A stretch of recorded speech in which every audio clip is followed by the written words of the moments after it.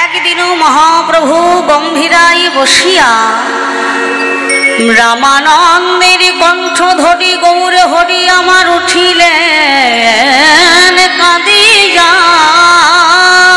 উঠিলেন কাঁদিয়া। আমা শ্রীমানি গৌরাঙ্গ মহাপ্রভু আমার পুরীধামী শ্রীক্ষেত্রে বসে আছেন গম্ভীরায়।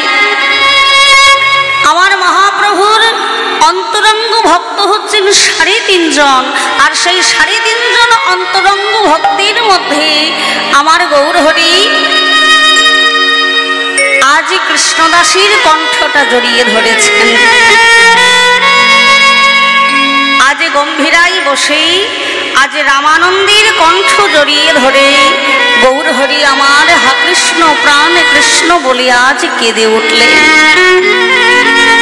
এই যে মা আমার গৌরহরির 3.5 জন অন্তরঙ্গ ভক্ত, তাহলে 3.5 জন অন্তরঙ্গ ভক্ত তারা কারা কারা? বললেন রায় রামানন্দ, স্বরূপ দামোদর, সিথি মাইতি এবং মাধবী দাস। ভক্তিমতী মায়েরা লক্ষ্য করুন, এখানে বলেছে 4 জনের নাম, তাই না?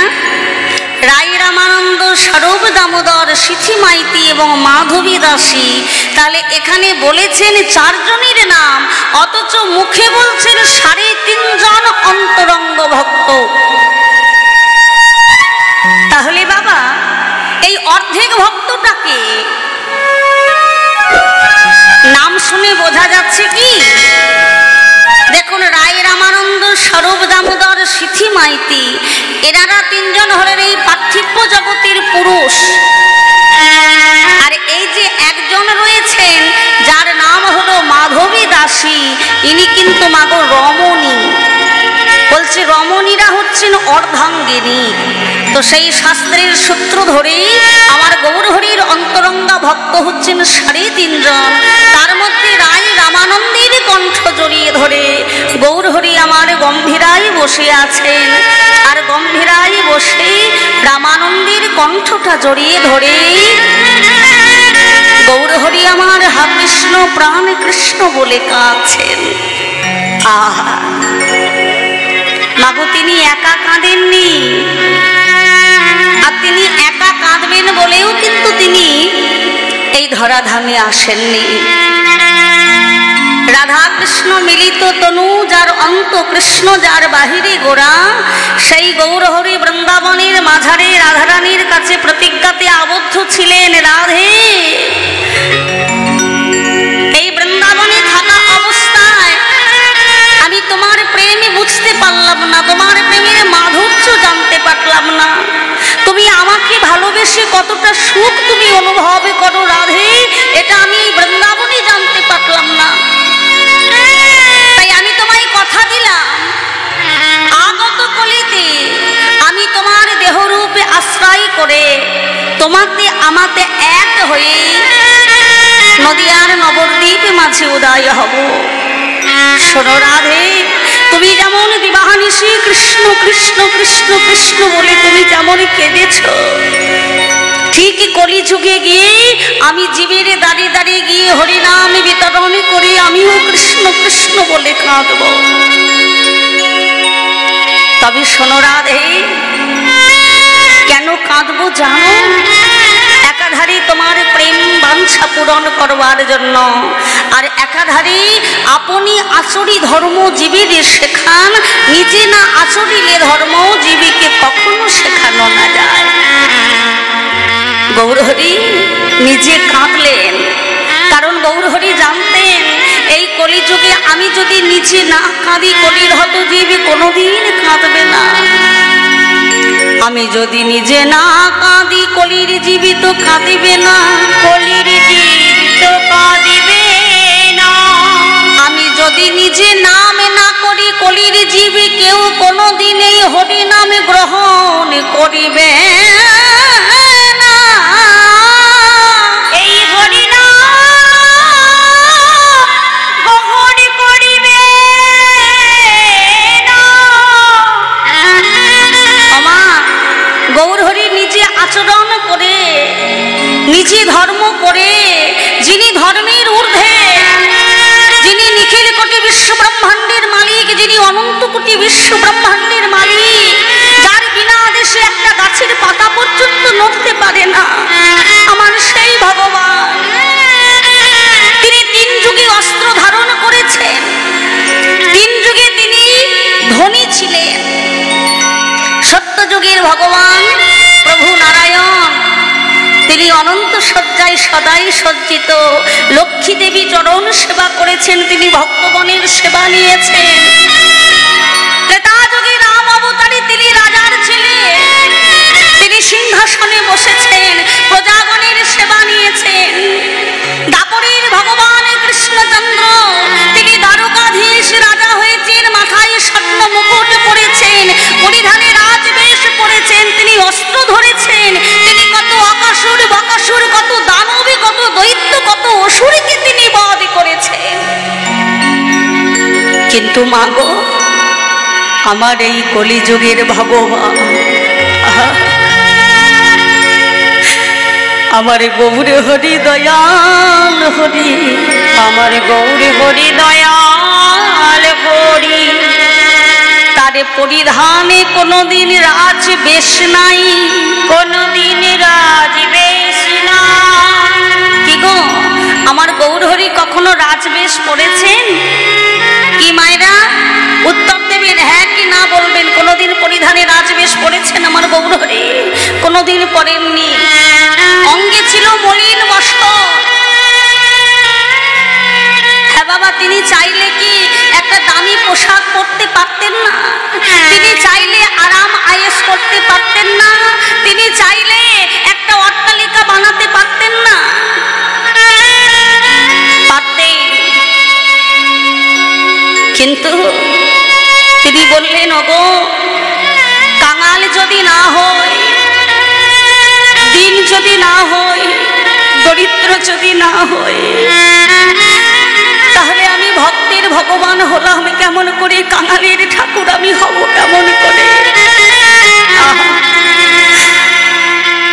আমার গৌর হরি তিন যুগে অস্ত্র ধরেছেন, কিন্তু বললেন এই কলিতেও আমি একটি অস্ত্র ধারণ করেছি।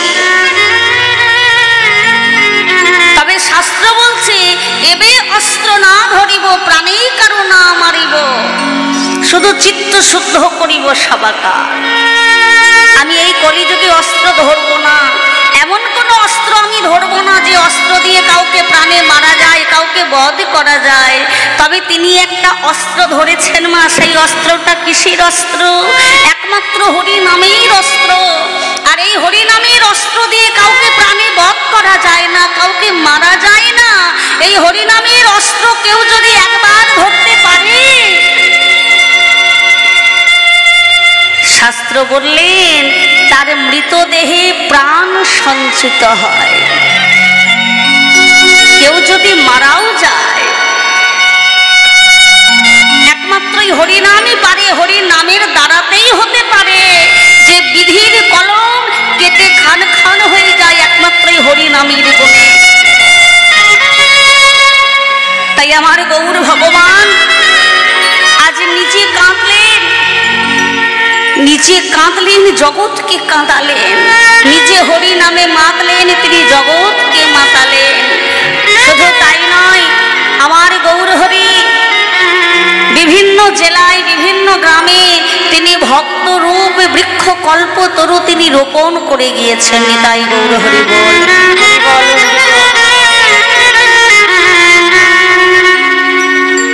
যেমন আপনাদের খুব সামনে বেনাপুল আশ্রম, তাই না? এখানে কে ছিলেন? সেই পরম ভক্ত হরিদাস ঠাকুর। ভক্ত বৃক্ষ কল্পতরু, ভক্তের দ্বারা উদ্ধার। এইভাবে তিনি প্রত্যেকটা জেলায় তিনি ভক্ত বৃক্ষ কল্পতরু রোপণ করেছেন। যেমন মেদিনীপুর জেলায় সেই বিখ্যাত দুঃখী কৃষ্ণদাস প্রভু সবানন্দ, যিনি একাধারে আমার অদ্বৈত আচার্য গোসাই, তিনি জন্মগ্রহণ করেছিলেন দুঃখী কৃষ্ণদাস হয়ে। আজকে হুগলি জেলায় দেখুন, আমাদের স্বয়ং রামকৃষ্ণদেবের জন্ম, তার কৃষ্ণ ভক্তেরও জন্ম হয়েছে। সেই হুগলি জেলার আদিশপ্ত গ্রামে আমাদের রঘুনাথ দাস গোস্বামীর জন্ম, যিনি 6 গোস্বামীর মধ্যে একজন বাবা। ওই বীরভূমের মাটিতে স্বয়ং নিত্যানন্দ প্রভুর জন্ম, স্বয়ং জয়দেব গোস্বামীর জন্ম, স্বয়ং বৃন্দাবনের সুবল সখার জন্ম ওই নানুর গ্রামে, যিনি ছিলেন চণ্ডীদাস চণ্ডী ঠাকুর। আমাদের বর্ধমান জেলায় স্বয়ং দেখুন, যিনি আমার গোপীনাথকে নাড়ু খাইয়েছিলেন, রঘুনন্দন, যিনি ব্রজের মদন ছিলেন, সেই কামদেব মদন, তারও জন্ম ওই বর্ধমানের মাটিতে। কোথায় না শ্রীখণ্ড গ্রামে। তিনিও একজন ভক্ত হয়ে জন্মগ্রহণ করলেন। এইভাবে আমার গৌরহরি তার ভক্ত বৃক্ষ কল্পতরু রোপণ করে গেলেন, যাতে ভক্তের দ্বারা আমাদের মতো পাপী তাপী কলিহত জীব উদ্ধার হয়ে যেতে পারে। নিতাই গৌর হরি বল হরি বল। তাই গৌর হরি আমার আজকে রামানন্দের কণ্ঠটা জড়িয়ে ধরেছি। রামানন্দ, তোমার কাছে আমার একটাই মিনতি, শোনো শোনো, ওগো শোনো শোনো।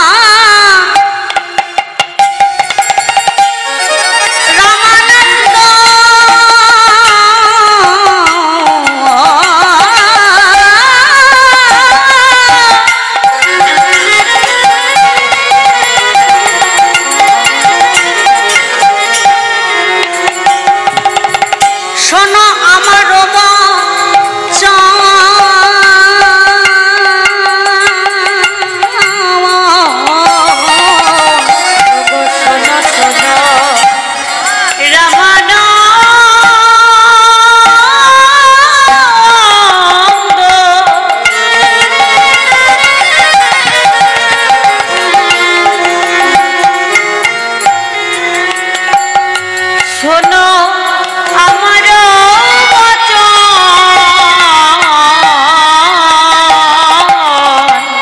শোনো শোনো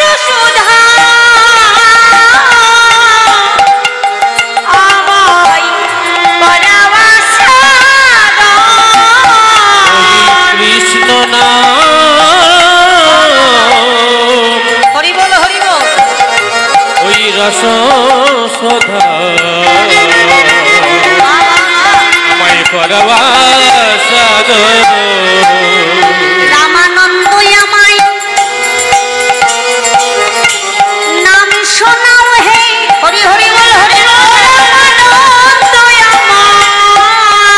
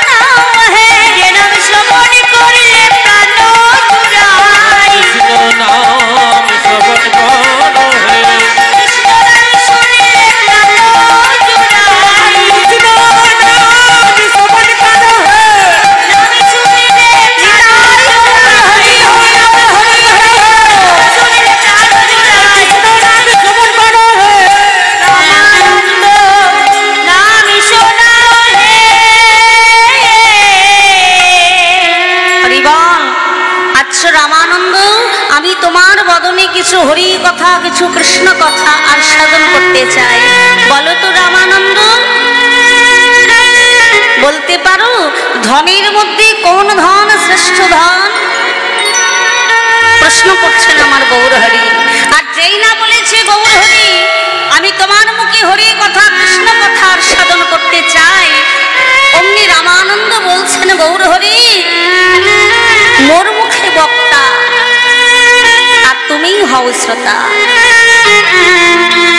মাগো, আমরা এই আসরে দাঁড়িয়ে যদি কেউ বলি আমি কীর্তন গাইছি তাহলে বড় ভুল হয়ে যাবে। আর আপনারা যদি বলেন বাবা আমরা কীর্তন আস্বাদন করছি তাহলেও বড় ভুল হয়ে যাবে। কেন? আমাদের নিজস্ব কোনো ক্ষমতা নেই। আমার ভগবান আমাদের মধ্যে প্রবেশ করে তার নাম তিনি নিজেই বলান, আবার সাধারণ জীবের মধ্যে প্রবেশ করে মানুষের হৃদয়ে প্রবেশ করে ভক্তের হৃদয়ে প্রবেশ করে তার নাম তিনি নিজেই আস্বাদন করেন। গৌরহরি আমি তখনই বলতে পারবো যখন তুমি মোর মুখে বক্তা, তুমি যখন আমার মধ্যে প্রবেশ করে তোমার নাম তুমি নিজে বলাবে আর তুমিই হবে শ্রোতা। বাহ বাহ, উত্তম কথা। বলো তো রামানন্দ ধনের মধ্যে কোন ধনী শ্রেষ্ঠ ধনী? রামানন্দ বললেন গৌরহরি যাহার অন্তরে রাধা কৃষ্ণ প্রেম জানি সেই তো বড় ধনী। মায়েরা, এই পার্থিব জগতে আমরা ধনী দরিদ্রের বিচার করি। আমরা ধনী কাকে বলি?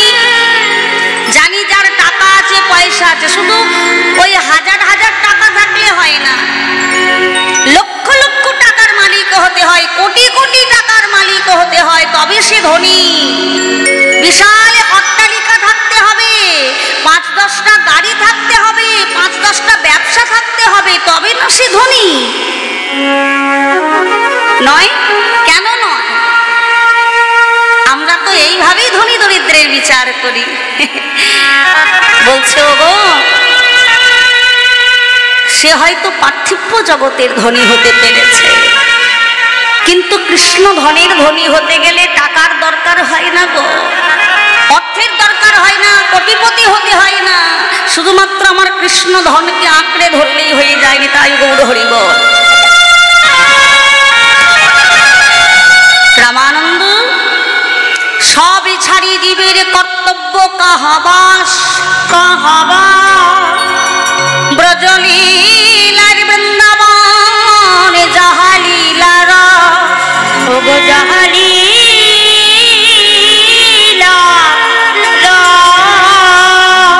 বলো তো রামানন্দ আমাদের আসল বাসস্থান, বাস শব্দে বাসস্থান কোথায়? কেন? এই পার্থিব জগতে গৌরহরি আমি একটি সুন্দর করে বাড়ি তৈরি করেছি, সেখানে মার্বেল বসিয়েছি, গরমের দিনে একটু আরাম আয়েশ করব বলে একটি এসি বসিয়েছি, সেটাই আমার বাড়ি, তাই না মা? তুমি এই জগতে যা করছো একবার ভালো করে ভেবে দেখো, তুমি যা যা করছো সব কিন্তু পড়ে থাকবে। তুমি যখন চলে যাবে সঙ্গে তোমার এই পার্থিব জগতের কিছুই যাবে না। তাহলে তোমার আসল বাসস্থান কোনটা? যেখানে নিত্য নিত্য আমার রাধা মাধবের লীলা হয়, সেই ব্রজধাম, সেই বৃন্দাবন, সেই গোকুল বৈকুণ্ঠ ধাম, সেখানে তুমি যদি কোনোদিন আশ্রয় পাও সেটাই তোমার আসল বাসস্থান। কিন্তু বাবা আমরা কি অত পুণ্য করেছি, আমরা কি অত ভাগ্য করেছি? বললে তুমি পৃথিবীতে এমন কর্ম করে যাও যে কর্ম করলে তুমি মরে যাওয়ার পরেও সবাই বলবে আহা মানুষটা বড় ভালো ছিল গো, মানুষটা চলে গেল, সবাই তোমার জন্য কাঁদবে। আর তুমি এমন কর্ম করো না, তুমি মরে গেলে বলবে বেটা মরেছে, বেশ হয়েছে,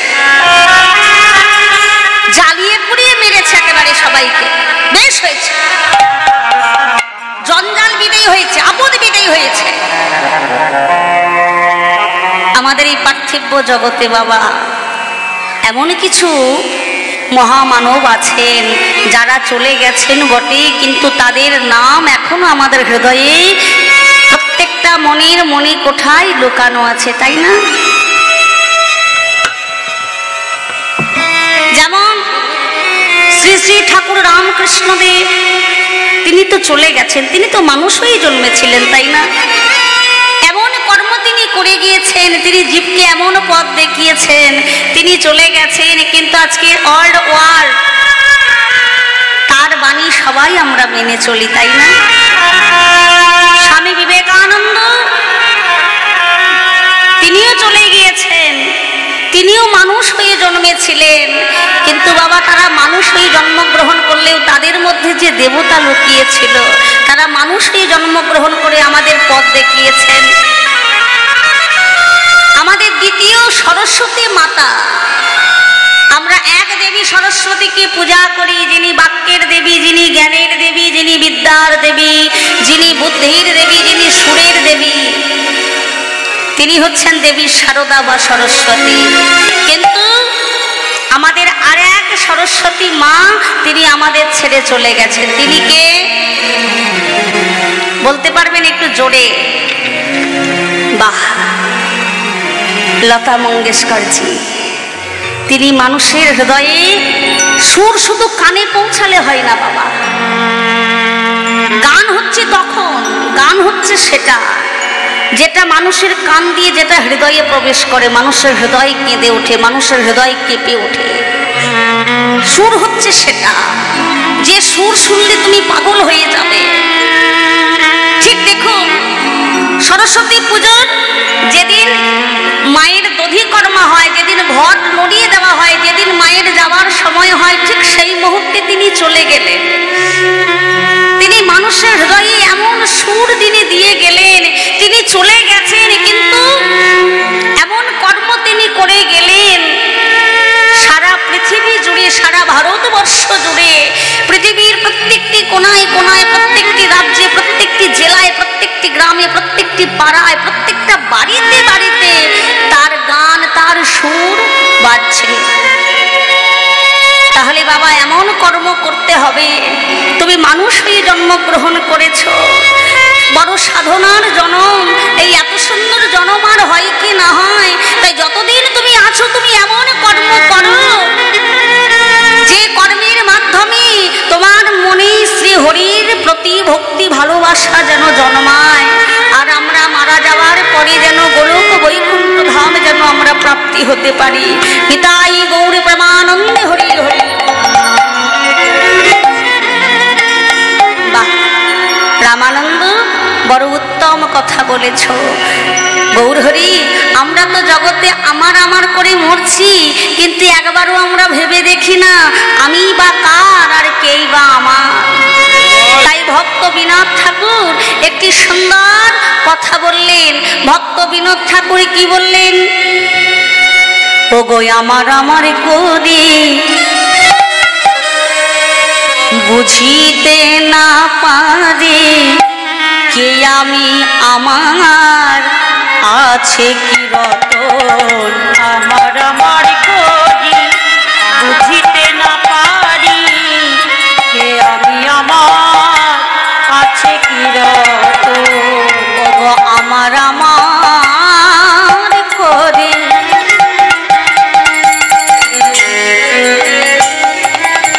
আমি বুঝিতে না পারি,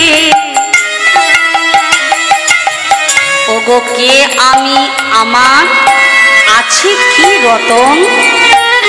আমার আমার করি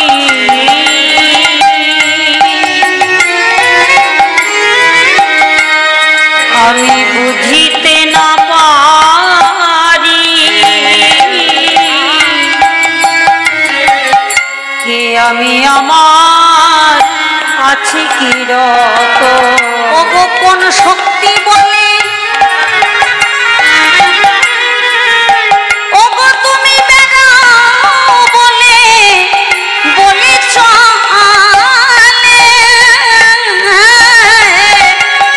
বলো বলো কোন শক্তি বলে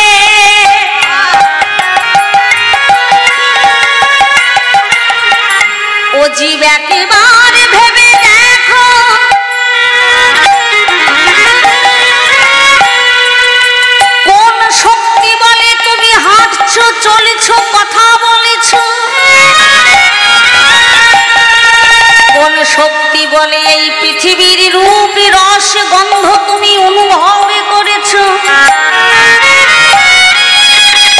আর মায়া ঘুমে ঘুমিয়ে থেকো না, এবারে তোমাদের জাগার সময় হয়েছে। আর আমাদের জাগাবার জন্য সেই গৌর হরি গোলক বৈকুণ্ঠ ধাম ছেড়ে এসেছে। আর ঘুমিয়ে না থেকে একেবারে জেগে ওঠো, একেবারে ভেবে দেখো ওগো কোন শক্তি বলে বেটাই বলে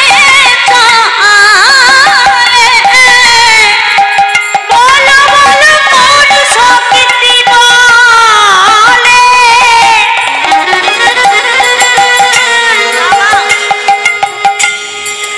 ওগো জি তুমি বেড়াও বলে চলে, যার অভাবে দেহ হবে পতন,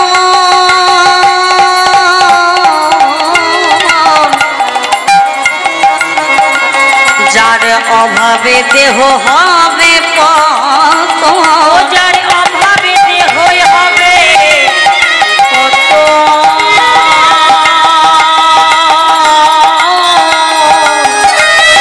যার অভাবে দেহ হবে পতন। আমরা আমার আমার আমার কোদে মুড়ি আস্তে আস্তে আমরা আমার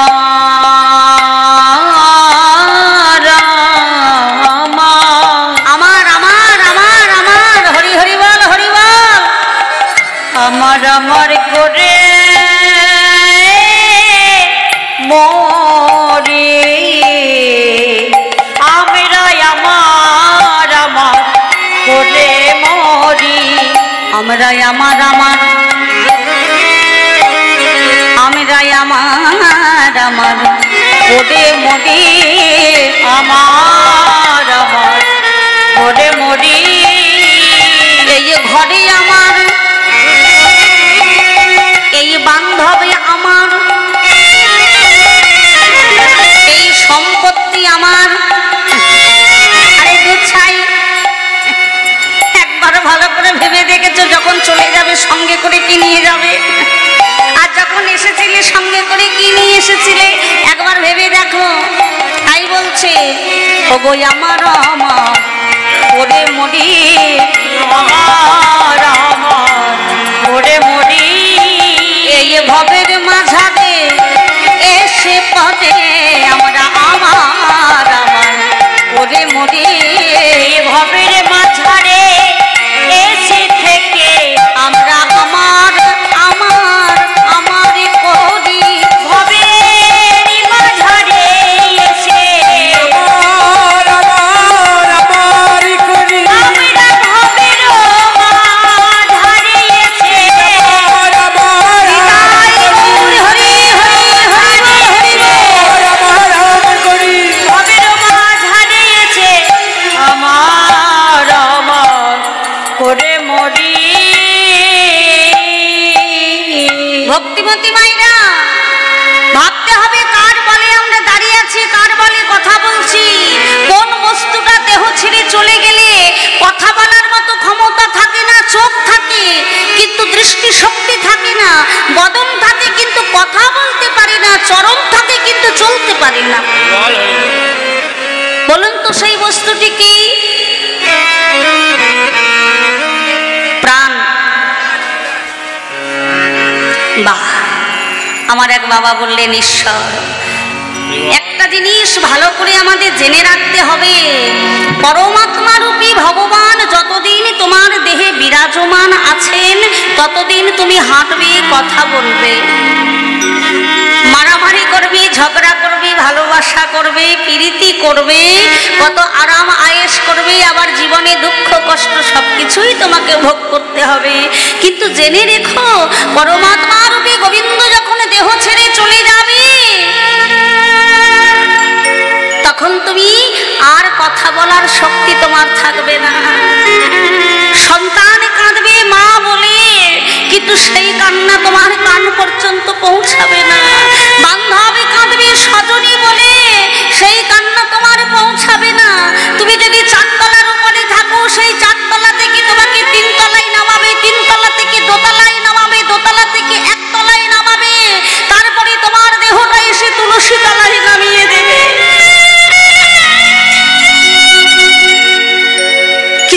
হয়ে গেলে বলবে ওরে আর বিলম্ব করিস না, এবার বিলম্ব করলে যে অপরাধ হয়ে যাবে, এবার চল এই দেহটাকে বের করি।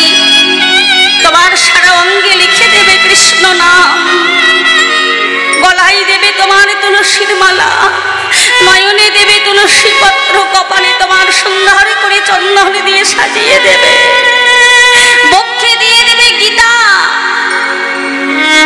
তোমার মস্তকের উপরে দিয়ে দেবে একটি তুলসী বৃক্ষ, সুন্দর করে বাঁশের চৌদাল্লা করে তোমাকে সাজিয়ে দেবে, আর চারজন কাঁধে করে নিয়ে যাবে, বলবে বলো হরি হরি বল, বলো হরি হরি বল, বলো হরি হরি বল। আর মায়া ঘুমিয়ে থেকো না। আমার গৌর হরি গম্ভীরাই বসে রামানন্দের কাছে সুন্দর সুন্দর মধুর মধুর হরি কথা কৃষ্ণ কথার সাধন করছেন। তাই বৈষ্ণবে পদকর্তা কি বললেন, আজি রামানন্দের মুখের কথা শোনেন গৌর হরি, রামানন্দের মুখের কথা শোনেন গৌর হরি, রামানন্দের মুখের কথা শোনেন গৌর হরি। কৃষ্ণ কথা শোনে রে,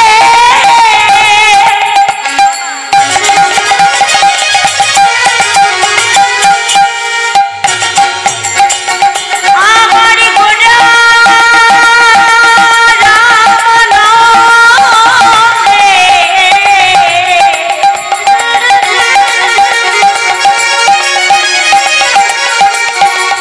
রামানন্দের মুখে কৃষ্ণ কথা শোনে রে, রামানন্দের মুখের কথা শোনে গৌর হরি, রামানন্দের মুখের কথা শোনে গৌর হরি, রামানন্দের মুখের কথা শোনে গৌর হরি। আমার কৃষ্ণদাস কহে যুগল চরণ আশাধারী, গৌর হরি হরি বল। ধারী আজ কৃষ্ণদাস কহে যুগল চরণ আশাধারী, আমার কৃষ্ণদাস কহি যুগল চরণ আশাধারী, আর কিছু চাই না, চাই না, আর কিছু চাই না, আর কিছু চাই না, ওগো আমার গৌর হরি আর কিছু চাই না, ওই আমার গৌর হরি আর কিছু চাই না, তোমার ওই চরণে বিনা আর কিছু চাই না, আমার ওই চরণে ওগো এ জন্মে নয় জন্মে জন্মে বিনাই গৌর হরি গৌর হরি চরণ বিনা, আমার ওই চরণ বিনায় আর কিছু চাই না। এত সময় আমরা নবদ্বীপ লীলার সাধন করলাম, এবার আমরা সবাই বৃন্দাবনে যাব। কারা কারা বৃন্দাবনে যাবেন একটু হাত তুলুন দেখি, বা সবাই যাবেন? বেশ, এবার দেখি কারা কারা একটু পরে বাড়ি চলে যাবেন, তারা একবার হাত তুলে দেখান। কেউ বাড়ি যাবেন না তো? দেখুন কেউ কিন্তু হাত তোলেননি, আমার কিন্তু লক্ষ্য সব দিকে, যদি কেউ বাড়ি চলে যান আমি গিয়ে কিন্তু ধরবো। রাত্রি হয়ে যাচ্ছে বলে, হ্যাঁ যদি কেউ বাড়ি চলে যান, এই যে এখন কেউ হাত তুলে দেখালেন না, তাহলে কিন্তু তখন আমি যেতে দেব না। আর তাছাড়া এই কীর্তনের মধ্যেখান থেকে যদি কেউ বাড়ি চলে যান আমার রাধা মাধবীর যুগল দর্শন না করে, তাহলে ঘরে গিয়ে কিন্তু মায়েরা আপনাদের যুগল হবে না, ঝগড়া হবে, নিতাই গৌর হরি বল। আর এমন ঝগড়া হবে একেবারে ছাড়ানোই যাবে না। রাধে রাধে। তো চলুন বৃন্দাবনে যাব। বৃন্দাবনে যেতে গেলে বদনে কি বলতে হয় বলুন দেখি? রাধে রাধে। কারা কারা বৃন্দাবনে সাক্ষাৎ গিয়েছেন হাত তুলে দেখান। ওরে বাবা, আপনারা তো বড় ভাগ্যবান বাবা। হ্যাঁ, বৃন্দাবনে যাওয়া কি অত সহজ ব্যাপার? হ্যাঁ, পরম ভাগ্য না থাকলে হয় না। এক বৃন্দাবনে তো আমরা আছি, শাস্ত্রে বলছে যেখানেই হয় হরিনাম সংকীর্তন সেইখানেই হয় গৌর ভক্তের কৃষ্ণ ভক্তের আগমন। ভক্তের মন যদি থাকে এক মন, যদি না থাকে আন মন, সেই স্থানে হয় শ্রী হরির আগমন। শ্রী হরির আগমন হলে হয় বৃন্দাবন। দেহটা আছে এই বৃন্দাবনের মাটিতেই, আর যে বৃন্দাবনের কথা আমরা বলছি, যেখানে আমার রাধা মাধব নিশি দিশি অহরহ লীলা করেছেন, সেই গোলক বৃন্দাবন, যে বৃন্দাবনে এখন আমাদের মনটা নিয়ে যেতে হবে। দুটি বৃন্দাবন হলো, আরেকটি বৃন্দাবন আছে, কোনটা বলুন দেখি, বলতে হবে। আপনাদের এই অনুষ্ঠান আজকে 49তম নাকি?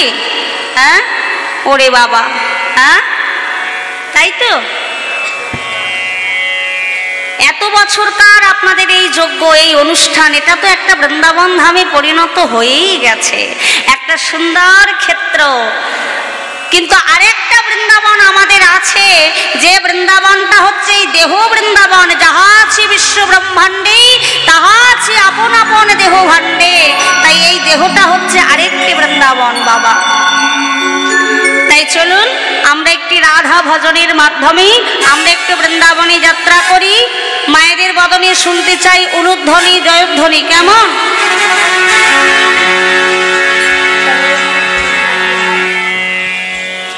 মায়েরা সবাই মাথায় ঘোমটা দিয়েছেন। এই যে ঘোমটাটা দিয়েছি এটা আমাকে দেখতে সুন্দর লাগবে বলে নয়, কিন্তু বৃন্দাবনে যেতে গেলে ব্রজগোপী ভাব হওয়া লাগবে। গোপী ভাব না হলে বৃন্দাবন লীলার সাধন হবে না। অবশ্য এখন তো ঘোমটা দেওয়া উঠেই গেছে মা। আপনাদের এদিকে মায়েরা ঘোমটা দেন? হ্যাঁ হ্যাঁ, এখন ভাসুররা হয়ে গিয়েছেন দাদা, ভাই ফোঁটা দেওয়া হচ্ছে। হ্যাঁ, এখন আর ঘোমটা দেওয়া নেই, এখন কাপড় পরাই নেই। এখন দেখবেন ছোট ছোট অনেক পোশাক উঠেছে, যেখানে সেখানে ছেঁড়া ফেটা। আগেকার দিনে বলতো কেউ ছেঁড়া পোশাক পরলে বলতো এ মা দেখ একটা নতুন জামা জোটেনি, নতুন কাপড় জোটেনি, ছেঁড়া কাপড় পরেছে, ছেঁড়া প্যান্ট পরেছে। আর এখনকার বর্তমান সমাজে সেই ছেঁড়া প্যান্টটা দাম দিয়ে কিনতে হচ্ছে। কি যুগ, নিতাই গৌর হরি বল। এখনকার মায়েদের দেখবেন মা, এখনকার মেয়েদের কে যে বিবাহিত আর কে যে অবিবাহিত হঠাৎ করে দেখলে কিন্তু বোঝার উপায় থাকে না। থাকে? কপালে সিঁদুরও নেই, হাতে শাঁখাও নেই, শুধু বাঁ হাতে একটা লোহা পড়ে থাকে। হ্যাঁ, হরিবল হরিবল। আগেকার দিনে মায়েরা বলতেন যে লজ্জা রমণীর ভূষণ, আর এখন যত খোলা থাকবে সেটাই হচ্ছে মডার্ন, তাই না? কাপড় পরলে বলবে একদম সেকেলে গেও, কিছুই জানে না, স্টাইল করতে জানে না, মডার্ন জানে না। হরিবল হরিবল। তাই চলুন একবার যাই বৃন্দাবন ধাম। চলো রে মন শ্রী বৃন্দাবন ধাম, চলো রে মন শ্রী বৃন্দাবন ধাম। रटेंगे राधा राधा नाम, मिलेंगे कुंज बिहारी और की कमर कारी। मिलेंगे कुंज बिहारी और की कमर कारी।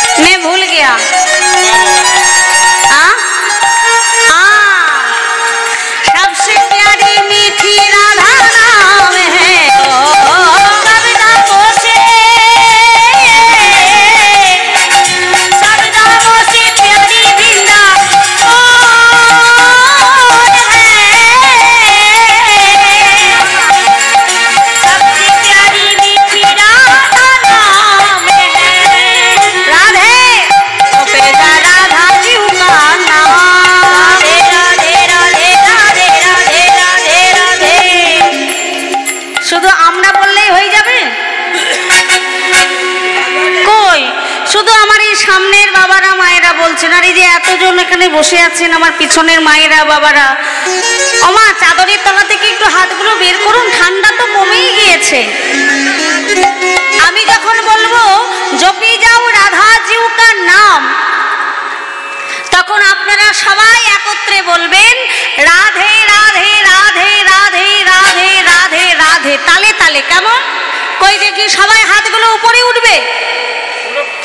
হ্যাঁ এই তো, কই দেখি জপে যাও রাধা জিউ কা নাম।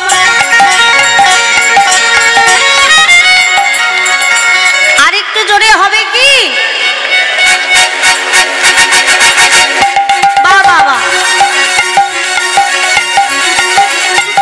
জপে যাও রাধা জিউ কা নাম, রাধে রাধে রাধে রাধে রাধে রাধে রাধে बोले जाओ राधा राधा नाम, मिलेंगे कुंज बिहारी और की कमर तारे, मिलेंगे कुंज बिहारी और के कमर कारी, चल रे मुंशी वृंदावन धाम।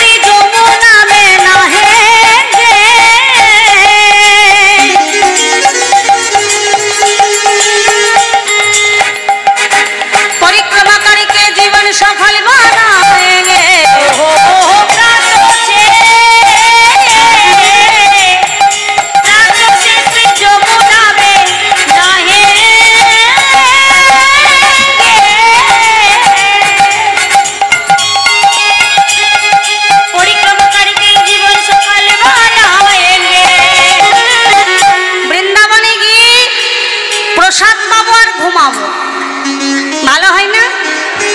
হয় না? তাহলে কি করব? प्रातः से श्री जमुना में नहाएंगे और परिक्रमा करके जीवन सफल बनाएंगे, তাই না? তাই বলছে प्रातः से श्री जमुना में नहाएंगे,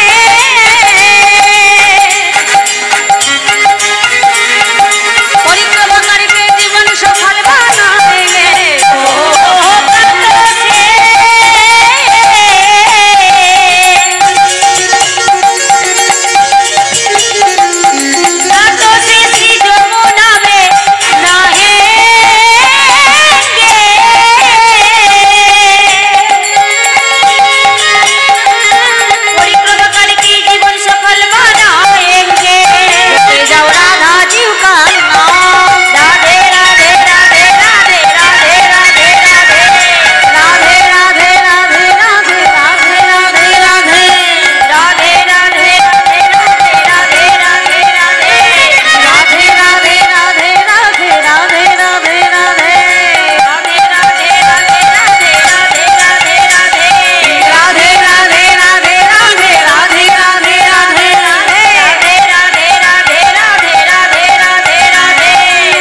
जपे जाओ राधा जीव का नाम, बोले जाओ राधा राधा नाम, मिलेंगे कुंज बिहारी और की कमर कारी, मिलेंगे कुंज बिहारी और की कमर कारी, चलो मुंशी वृंदावन धाम, जपे जा राधा राधा नाम, मिलेंगे कुंज बिहारी और की कमर कारी, मिलेंगे कुंज बिहारी और की कमर कारी, मिलेंगे कुंज बिहारी मिलेंगे कुंज बिहारी और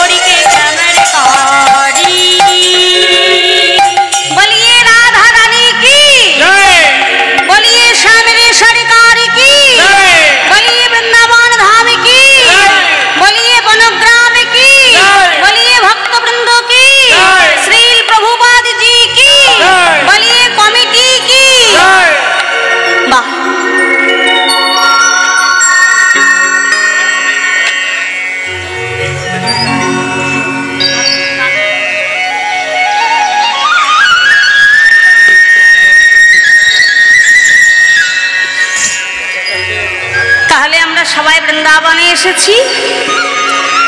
এবার আমরা যে ভক্তের কথা সাধন করছি বা করব, জানতে হবে সেই ভক্তের জন্ম কিভাবে হলো, সেই ভক্তের কি পুণ্য ছিল যে ভগবানের চরণ পেয়েছেন। দেখুন, দেব সেনাপতি কার্তিকের তখন জন্ম হয়নি। তখন দেবতারা অসুরদের দ্বারা অত্যাচারিত নিপীড়িত হয়ে স্বয়ং বিষ্ণুদেবের কাছে গিয়েছেন, প্রভু আমরা এখন কি করব? আমরা অসুরদের দ্বারা অত্যাচারিত নিপীড়িত, আমরা যে স্বর্গ ছাড়া হয়েছি, প্রভু তুমি উপায় বলে দাও। ভগবান বলছেন, তোমরা এক কাজ করো, এই মর্তধামে ইক্ষ্বাকু বংশের মান্ধাত্তা পুত্র রাজা মুচুকুন্দকে দিয়ে যদি তোমরা যুদ্ধ করাতে পারো, তবে তোমরা যুদ্ধে জয়ী হবে। এখন দেবতারা কি করলেন না, ইক্ষ্বাকু বংশের মান্ধাত্তার পুত্র রাজা মুচুকুন্দকে সেনাপতি করে দেবতাগণ অসুরদের সঙ্গে যুদ্ধ করলেন এবং যুদ্ধে জয়ী হলেন। যুদ্ধে জয়ী হওয়ার পরে দেবগণ সঙ্গে করে মুচুকুন্দকে নিয়ে গেলেন ভগবানের কাছে, স্বয়ং বিষ্ণুদেবের কাছে। বিষ্ণুদেবের কাছে গিয়ে কর জোর করে দাঁড়িয়েছেন, দয়াময় মুচুকুন্দ এসো,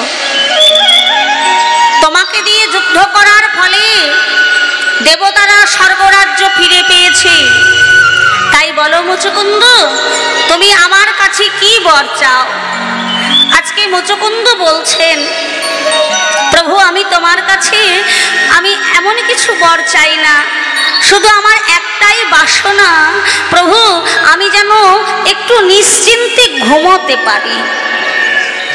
যেই না বলেছি নিশ্চিন্তে ঘুমোতে পারি, ভগবান মুচুকুন্দকে বলছেন, মুচুকুন্দ তুমি এমন অলসতাপূর্ণ বর চাইছো কেন? বললেন, প্রভু আমি যখন নয়নে বন্ধ করছি, ওই যুদ্ধের হাহাকার কান্নার রব চিৎকার আমার কানে ভেসে আসছি বারবার। কেউ যেন বলছে তুমি আমার ভাই কেড়ে নিয়েছো, ফিরাইয়ে দাও, আমার ভাই ফিরাইয়ে দাও। কেউ বলছে তুমি সন্তান কেড়ে নিয়েছো, ফিরিয়ে দাও, ফিরিয়ে দাও। কেউ বলছে তুমি আমার পতি কেড়ে নিয়েছো, ফিরিয়ে দাও, ফিরিয়ে দাও। কেউ বলছে তুমি আমার পিতাকে কেড়ে নিয়েছো, ফিরিয়ে দাও। শুধু এই চিৎকার হাহাকার কান্না, আমি নয়ন বন্ধ করলে সেই যুদ্ধ আমার এত চোখে ভাসে, প্রভু আমি আর যে সইতে পারছি না, দয়াময় আমি যে ঘুমোতে পারছি না। তাই বর যদি দিতে হয়, প্রভু তুমি আমাকে এই বর দাও, আমি যেন একটু নিশ্চিন্তে ঘুমোতে পারি। আর দয়াময় আমার তো দীক্ষা হয়নি। দেবগণ বলছি, ওগো তোমার গুরু দীক্ষা হয়নি তো কি হয়েছে? বললে আমি কোথায় গুরু করব? বলছে কেন? তুমি দেখতে পাচ্ছ না সম্মুখে যিনি রয়েছে,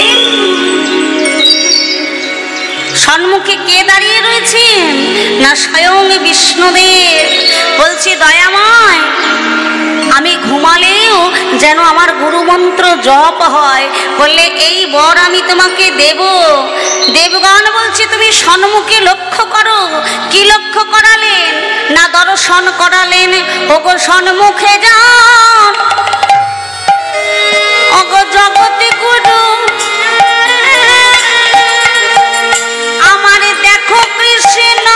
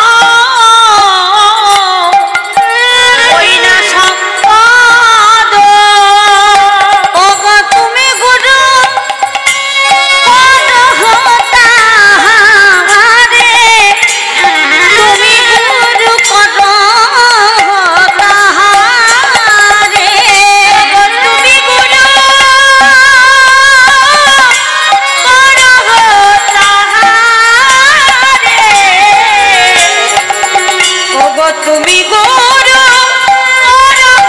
তাহারে ধরো ধরো একবার ধরো ধরো ধরো ধরো ধরো ধরো আমার ভগবানের চরণ দুটি ধরো ধরো ভগবানের চরণ দুটি ধরো ধরো ভগবানের চরণ দুটি ধরো ধরো ভগবানের চরণ ওগো আর বিলম্ব করো না গো নিতাই গৌর হরি হরি বল হরি বল। ভগবানের চরণ দুটি বিলম্ব করো না গো ভগবানের চরণ দুটি বিলম্ব করো না গো ধরো ধরো বলি তার কি গুরু অভাবতে পারে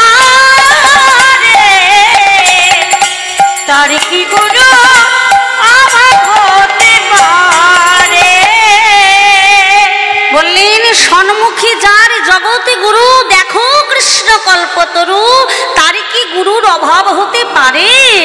সন্মুখী স্বয়ং বিষ্ণুদেব রয়েছেন, তুমি চিন্তা করছো কেন? যাও যাও আর বিলম্ব করো না, ছুটে গিয়ে তুমি ভগবানের চরণ দুটিকে জড়িয়ে ধরো।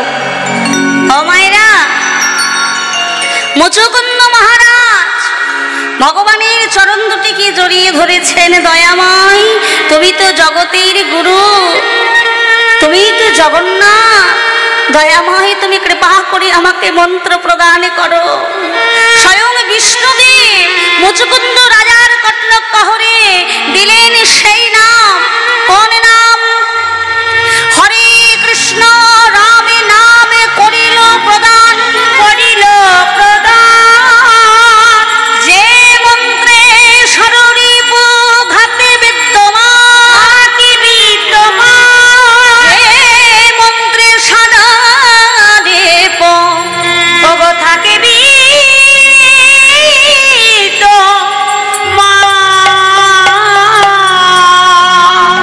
যাও, তুমি ঘুমিয়ে থাকলেও তোমার গুরু মন্ত্র জপ হবে, বর দিলাম। কেউ যদি অসময়ে তোমার ঘুম ভাঙিয়ে দেয়, তুমি যখন তার দিকে কাল দৃষ্টিপাত করবে, সে তখন সঙ্গে সঙ্গে আগুনে পুড়ে ছাই হয়ে যাবে। মুচুকুন্দের পিতার নাম কি বললাম মায়েরা? একটু জোরে বলুন দেখি, মনে আছে কি বললাম?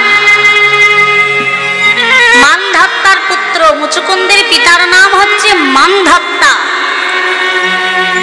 মানধাত্তার জন্ম বিবরণটা একটু বলবো। মানধাত্তার জন্ম কিন্তু কোনো নারীর গর্ভে হয়নি, মানধাত্তার জন্ম হয়েছিল একটি পুরুষের গর্ভে। মানধাত্তা মানে রাজা মুচুকুন্দের যিনি পিতা মানধাত্তা, মানধাত্তার জন্ম হয়েছিল বাবার গর্ভে, মায়ের গর্ভে নয়। ভক্তিমতী মায়েরা, এই তত্ত্বটা একটু শুনতে হবে, একটু লক্ষ্য করুন। মহারাজ প্রসেনজিৎ তার পুত্রর নাম হচ্ছে যুবনাশ্য, আর যুবনাশ্যের পুত্র হচ্ছে মানধাত্তা, আর মানধাত্তার পুত্র হচ্ছে রাজা মুচুকুন্দ। এই যুবনাশ্য তিনি সংসার করেছিলেন বটে, কিন্তু তার কোনো সন্তান সন্ততি ছিল না। মনে বড় আক্ষেপ মা, সত্যি তো আক্ষেপ হবারই কথা। এখন আমার যদি বিশাল রাজত্ব থাকে, আমার যদি একটি বড় সড়ো ব্যবসা থাকে, আমার যদি সম্পত্তি থাকে, আর আমার যদি সন্তান সন্ততি না হয়, তাহলে চিন্তা হয় তো যে কে আমার এই ব্যবসা সামলাবে, তাই না বাবা? কি গো, চিন্তা হয় না যে আমার অবর্তমানে আমার এই ব্যবসা কে চালাবে, আমার এই রাজত্ব কে চালাবে? মহারাজ যুবনাশ্য তিনি সন্তান লাভের কামনায় একদিন মনের দুঃখে তিনি বনে গিয়েছেন। মনে মনে চিন্তা করছেন, শুনেছি মুনি ঋষি যোগীরা হেন কোনো কাজ নাই যে পারে না, কিন্তু আমার তো কোনো সন্তান নেই। ওই তো বনে কিছু মুনি ঋষি যোগী যারা যজ্ঞ করছেন, যারা তপস্যা করছেন, যারা ধ্যান করছেন, একবার গিয়ে তাদের কাছে আমি বলি যে আমার একটি পুত্র চাই, আপনারা কি আমাকে পুত্র লাভ করিয়ে দিতে পারেন? মহারাজ যুবনাশ্য মুনি ঋষিগণের কাছে গিয়েছেন, মুনিবর আমি আপনাদের কাছে বড় আশা নিয়ে এসেছি। কি আশা? ওহে মুনিবর, আমার কোনো সন্তান নেই, তা আপনারা তো যজ্ঞ করি, ধ্যান করি, তপস্যা করে আপনারা তো অনেক কিছু করতে পারেন, আমাকে একটি সন্তান পাইয়ে দিতে পারেন? মুনি ঋষিগণ বললেন, বেশ, আজ নিশীথে তোমার সন্তান লাভের কামনায় আমরা এই আশ্রমে যজ্ঞ করব। বাবা রাত্রে মুনি ঋষি বর তারা যজ্ঞ আরম্ভ করলেন। সম্মুখে একটি কলসি রাখলেন এবং সেই কলসির মধ্যে পরিপূর্ণ জল। এবার যজ্ঞ হয়ে গেল, সবাই ঘুমাতে চলে গিয়েছেন। মহারাজ যুবনাশ্ব তিনিও ঘুমাতে চলে গেলেন যজ্ঞ শেষে, কিন্তু ঘুম ভেঙে তার বড় জল পিপাসা পেয়েছে। সারা আশ্রম ঘুরে ঘুরে ঘুরে ঘুরে কোথাও জল পাননি, আর জল না পেয়ে কলসির মধ্যে যে জল ছিল মহারাজ যুবনাশ্ব সেই জল পান করেছেন। এখন প্রভাত হয়ে গেছে, এবার মুনি ঋষি যোগীরা বলছেন, কই মহারাজ, এদিকে এসো। ওরে কে কোথায় আছিস? ওই যে কলসিতে জল রাখা ছিল ওই কলসিটা নিয়ে আয় তো। দাও, কলসিটা দাও। এবার একজন ঋষিবর গিয়ে কলসি এনে দিয়েছেন। এই নিন মুনিবর, এই যে কলসি। মুনিবর কলসি হাতে নিয়ে অবাক হয়ে গেছে, কি এই কলসির মধ্যে যে পরিপূর্ণ জল ছিল সেই জল কোথায় গেল? মহারাজ যুবনাশ্ব বলছেন, মুনিবর আমার তো বড় জল পিপাসা পেয়েছিল, তাই এই জল আমি পান করেছি মুনিবর। সর্বনাশ করেছ কি? এই কলসির জল যে মন্ত্রপুত করা ছিল, এই জল যে পান করবে তার গর্ভেই সন্তান জন্মগ্রহণ করবে। সর্বনাশ, অবাক কাণ্ড। তবে এই জল যুবনাশ্ব তুমি পান করেছ, তোমার গর্ভেই সন্তান আসবে। ও মায়েরা ভাবতে পারছেন? কিন্তু আমি যে পুরুষ, আমি সন্তানের জন্ম দেব কিভাবে? আমা কিছুদিনের মধ্যে যুবনাশ্ব গর্ভবতী হলেন, কিন্তু সন্তান প্রসব করবেন কিভাবে? দেবার্ষি নারদ এসে বললেন, আমি পথ করে দেব। একটি কুশ নিয়ে এসে কুক্ষি দেশ ছিন্ন করলেন এবং সেই কুক্ষি দেশ দিয়ে যুবনাশ্ব একজন পুত্রের জন্ম দিলেন। কিন্তু মা, পুত্রের জন্ম দিলেই তো হয়ে যায় না, মাতৃস্তনদুগ্ধ স্তনক্ষীর কোথায় পাবেন? ছোট্ট একটি শিশু কাঁদছে, সে স্তনদুগ্ধ পান করবে বলে ক্ষুধার জ্বালায় কাঁদছে। কি হবে এখন? এই শিশুকে বাঁচাবো কেমন করে? দেবরাজ ইন্দ্র এসে বললেন, এই শিশুর খাবার উপায় আমি করে দেব। দেবরাজ ইন্দ্র করলেন কি, তার বুড়ো আঙুলটা ওই ছোট্ট শিশুর বদনে ধরলেন, আর সেই বুড়ো আঙুলটা পেয়ে ছোট্ট শিশু স্তনদুগ্ধ ভেবে চুষতে চুষতে চুষতে চুষতে বড় হয়ে গেল। নিতাই গৌর হরি বল। আর সেই সন্তানেরই নাম রাখা হলো মান্ধাত্তা, আর এই মান্ধাত্তার পুত্র রাজা মুচুকুন্দ। মুচুকুন্দ মহারাজ ভগবানের কাছে বর পেয়ে চলে গেলেন কোথায়? সেই প্রবর্ষণা পর্বতের গুহায়। যাও, নিশ্চিন্তে ঘুমিয়ে থাকো। এখন প্রবর্ষণা পর্বতের গুহায় গিয়ে ঘুমিয়ে রয়েছেন। ঘুমালেও গুরুমন্ত্র জপ হবে বাবা, ভগবান বলেছেন, নিশ্চিন্তে ঘুমাচ্ছে। আর এটাও ভগবান বলে দিয়েছিলেন, অসময়ে যদি কেউ ঘুম ভাঙিয়ে দেয়, তুমি যখনই তার দিকে তাকাবে তখন সে জ্বলে পুড়ে ছাই হয়ে যাবে। এবার বাবা সত্য যুগ চলে গেল, ত্রেতা যুগ চলে গেল, এলো দাপর যুগ। দাপর যুগের শেষে নিরস্ত কৃষ্ণ বলরাম, ভগবানের হাতে অস্ত্র নেই, ভগবানের শক্তি ক্ষয় হয়ে গেছে। নিরস্ত হয়ে কৃষ্ণ বলরাম ছুটতে ছুটতে চলে যাচ্ছে, বাঁচাও বাঁচাও।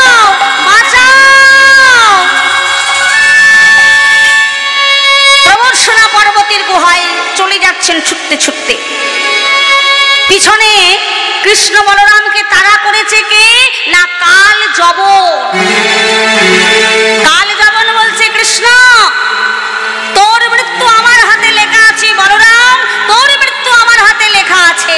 কাল যবন পিছনে পিছনে ছুটছে, কৃষ্ণ বলরাম বাঁচাও বাঁচাও করতে করতে ছুটছে, ছুটতে ছুটতে ছুটতে ছুটতে সেই প্রবর্ষণা পর্বতের গুহায় গিয়ে দাঁড়িয়েছেন।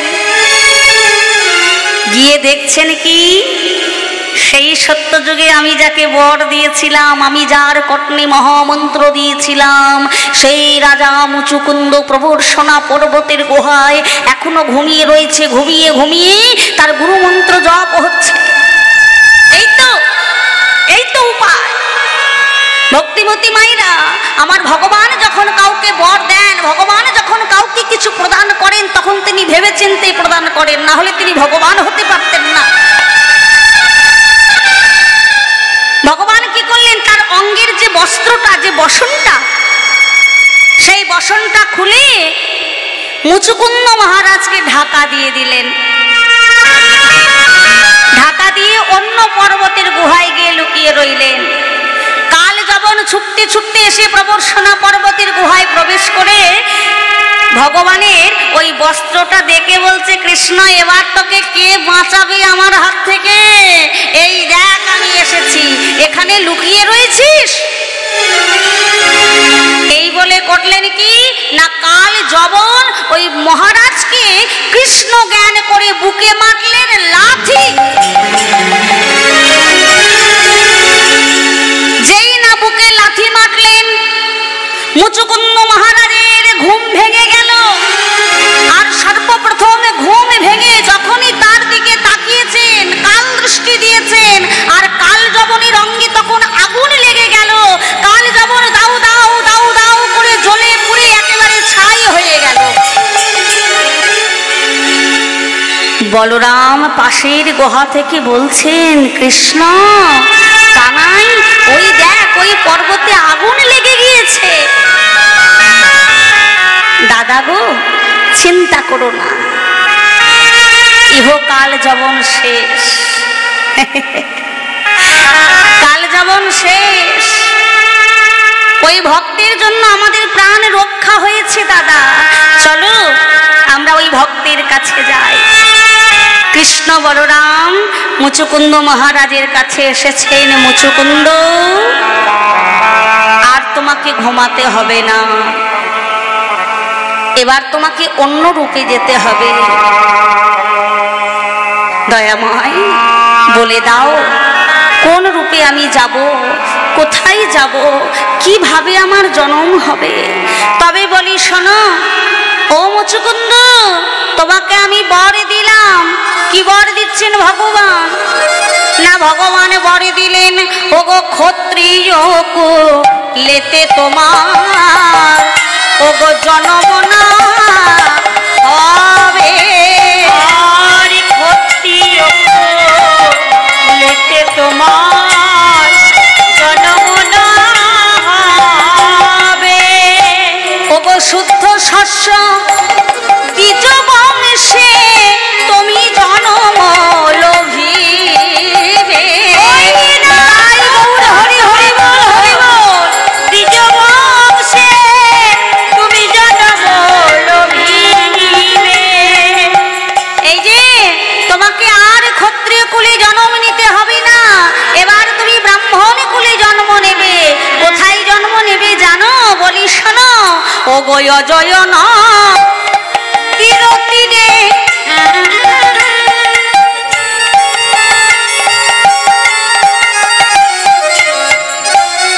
কেন্দ্রবিল্ল গ্রামে ওই অজয় না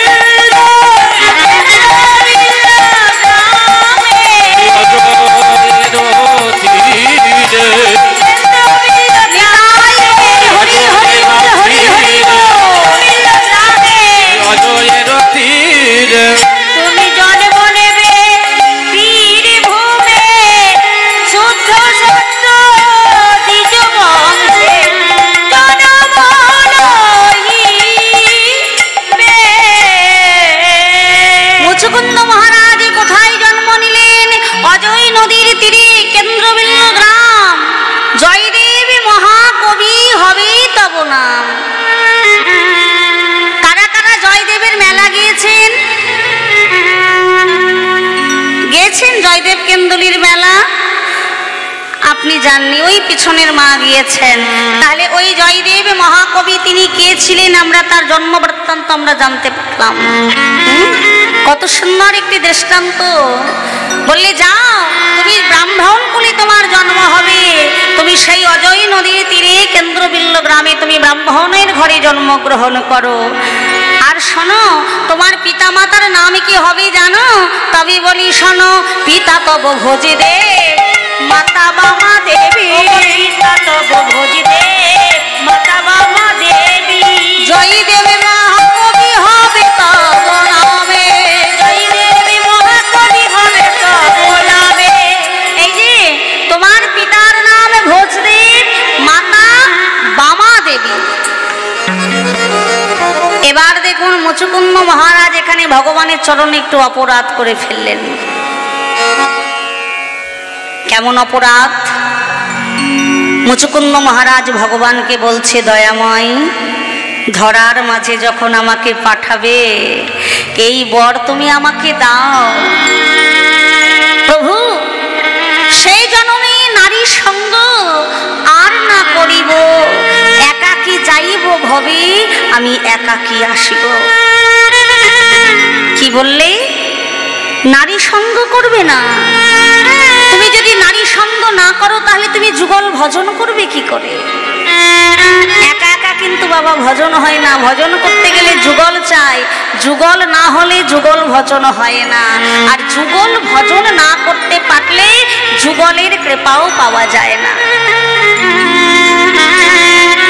বললে না প্রভু আমি একাই থাকবো ভবে, আমি একাই যাব একাই আসবো, আমি নারী সঙ্গ করতে চাই না। অপরাধী করলেন ভগবানের চরণে। ভগবান বললেন মূঢ়, তোর আমার বাক্য বিশ্বাস নেই, তোর ভগবান বাক্য বিশ্বাস নেই, যা আমি তোকে অভিশাপ করলাম। সেই জন্মে তোর ব্রাহ্মণ কুলে জন্ম হবে সত্য, কিন্তু তুই হবি পাগল, তুই হবি উন্মাদ, দুরারোগ্য ব্যাধি তোর জীবনে ঘটবে, আমি তোকে অভিশাপ দিলাম। অভিশাপ বাণী শ্রবণ করে মুচুকুন্দ মহারাজ কাঁদতে কাঁদতে ভগবানের চরণে ধরেছে, দয়াময় তুমি আমাকে যে অভিশাপ দিয়েছ আমি অভিশাপ মাথা পেতে নিলাম, কিন্তু বলো বলো আমার এই দুরারোগ্য ব্যাধি, আমার এই পাগলামি, আমার এই উন্মাদ রোগ প্রভু কোনোদিন কি ভালো হবে না? মুচুকুন্দ যে নারীকে তুমি অপমান করেছ, তবে বলি শোনো সেই নারী সঙ্গ যেদিন তোমার জীবনে ঘটবে সেদিন তোমার দুরারোগ্য ব্যাধি দূরে চলে যাবে। আচ্ছা মা সেই নারীর নাম কি? ভগবান বললেন পদ্মাবতীর সহসঙ্গ যেদিন ঘটিবে, তোমারই যেদিনে ঘটিবে, উন্মাদ দুরারোগ্য ব্যাধি সেদিনে দূরে চলে যাবে, সেদিনই দূরে চলে যাবে। সেই মুচুকুন্দ মহারাজ জন্ম নিলেন বীরভূমের মাটিতে কেন্দ্রবিল্ল গ্রামে। বাবা জন্ম হলো ব্রাহ্মণের ঘরে, কিন্তু ভগবানের অভিশাপ, ভগবানের লেখা খণ্ডন করবে কে? জন্ম নেওয়া মাত্রই পিতা মারা গেলে, 9 বছর যখন বয়স মাও চলে গেলে, পিতা মাতা কেউ রইল না বাবা। জয়দেব গোস্বামী হয়ে গেলেন পাগল উন্মাদ। যতটুকু বাস্তু ভিটে ছিল সেই ভিটেটুকু সমাজপতিদের দাপটে সেটুকু চলে গেল, গৃহ ছাড়া ঘর ছাড়া, কোনো সহায় নেই, কোনো সম্বল নেই, কাছে কেউ নেই। পাগলের মতো এবারে ওবারে ঘুরে বেড়ায়, কেউ যদি কৃপা করে দুমুঠো দেয় সেবা হয়, আর কেউ যদি না ডেকে একটুখানি খাবার না দেয় সেদিন অনাহারের যখন চলে গেল, জয়দেব প্রভু ভগবানের উদ্দেশ্যে বলছে, দয়াময় তুমি তো আমার সব কেড়ে নিয়েছ, তুমি আমার পিতা কেড়ে নিয়েছ, মাতা কেড়ে নিয়েছ, এই জগতে আমার যে কেউ নাই। এই যে আঘাত তুমি আমাকে দিয়েছ, যে কষ্ট তুমি আমাকে দিয়েছ, যত তুমি আমাকে আঘাত দেবে দাও, যত কষ্ট দেবে দাও, দয়াময় তুমি যেন আমাকে সহ্য করবার মতো যেন শক্তি দিও। মাগো, যে করি আমার সবই তার করি সর্বনাশ, তবু যদি না ছাড়ে আমার পাশ হইতার আমি দাসের অনুদাস। ভগবানকে ভালোবাসলে, ভগবানকে ডাকার মতো ডাকলে, ভগবানের নাম করে কাঁদলে, ভগবান যে বারবার কাঁদায়, বারবার কাঁদায়। কেন জানো? কারণ ভগবান সেই ভক্তকে পরীক্ষা করে দেখে, দেখি তোর মধ্যে কতটা ধৈর্য আছে, তুই কতটা সহ্য করতে পারিস। ধৈর্য সহ্যকে রেখে যদি আমাকে ডাকতে পারিস তবেই তুই আমায় পাবি। আর যদি ধৈর্য হারা হয়ে যায়, হে গোবিন্দ তোমায় এত ভালোবাসছি, তোমায় এত ডাকছি, তুমি কাঁদাচ্ছ, আর তোমাকে ডাকবো না, আর তোমাকে ভালোবাসবো না, তাহলে চিরদিনের মতো আমরা কৃষ্ণহারা হয়ে গেলাম।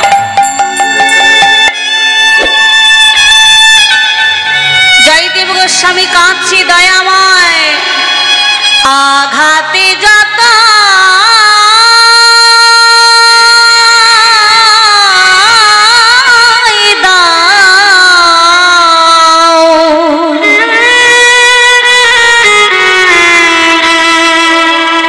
শক্তি দিও সহিবারে,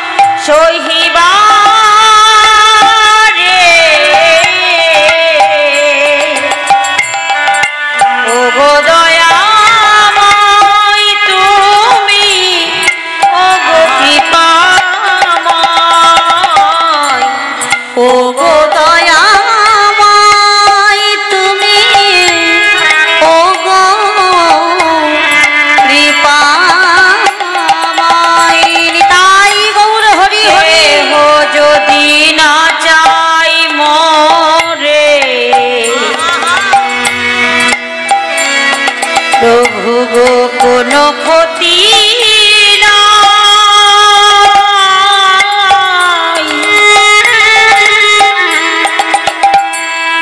তুমি না চাহিলে প্রভু সকলি হারাই, কেহ যদি না চায় মোরে কোনো ক্ষতি নাই, তুমি যদি না চাও মোরে সকলি হারাই। তোমারি ক্ষমার মাঝে পাই যেন ঠাঁই, তোমারি ক্ষমার মাঝে পাই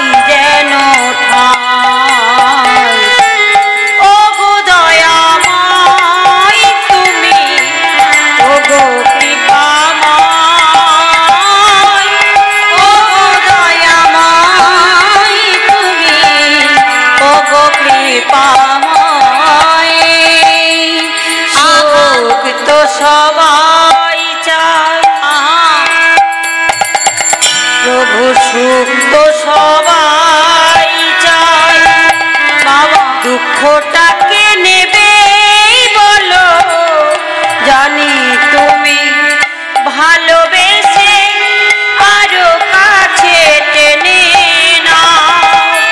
সুখী তো সবাই চায়,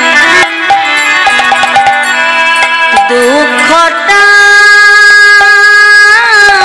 কে নেবে বলো। কি গো হরি হরি বল মাইরা, আমরা তো সুখ সবাই চাই, কিন্তু দুঃখটা ভগবানের কাছে কেউ চাই কি? কেউ চাই না। তাই জয়দেব গোস্বামী বলছে দয়াময়, সুখে তো সবাই চায়, দুঃখটা কে নেবে বলো। আরো যদি ভালোবেসে মনে কাছে টানো, তবু তুমি যদি ভালোবেসে আরো কাছে টানো, ও গো দয়া মাই তুমি, তাই গৌর হরি হরি বল হরি বল। ও গো দয়াময় তুমি, ও গো কৃপাময়, ও গো দয়াময় তুমি, ও গো কৃপাময়। হাতি যতইরা শক্তি দিও সহিবারে,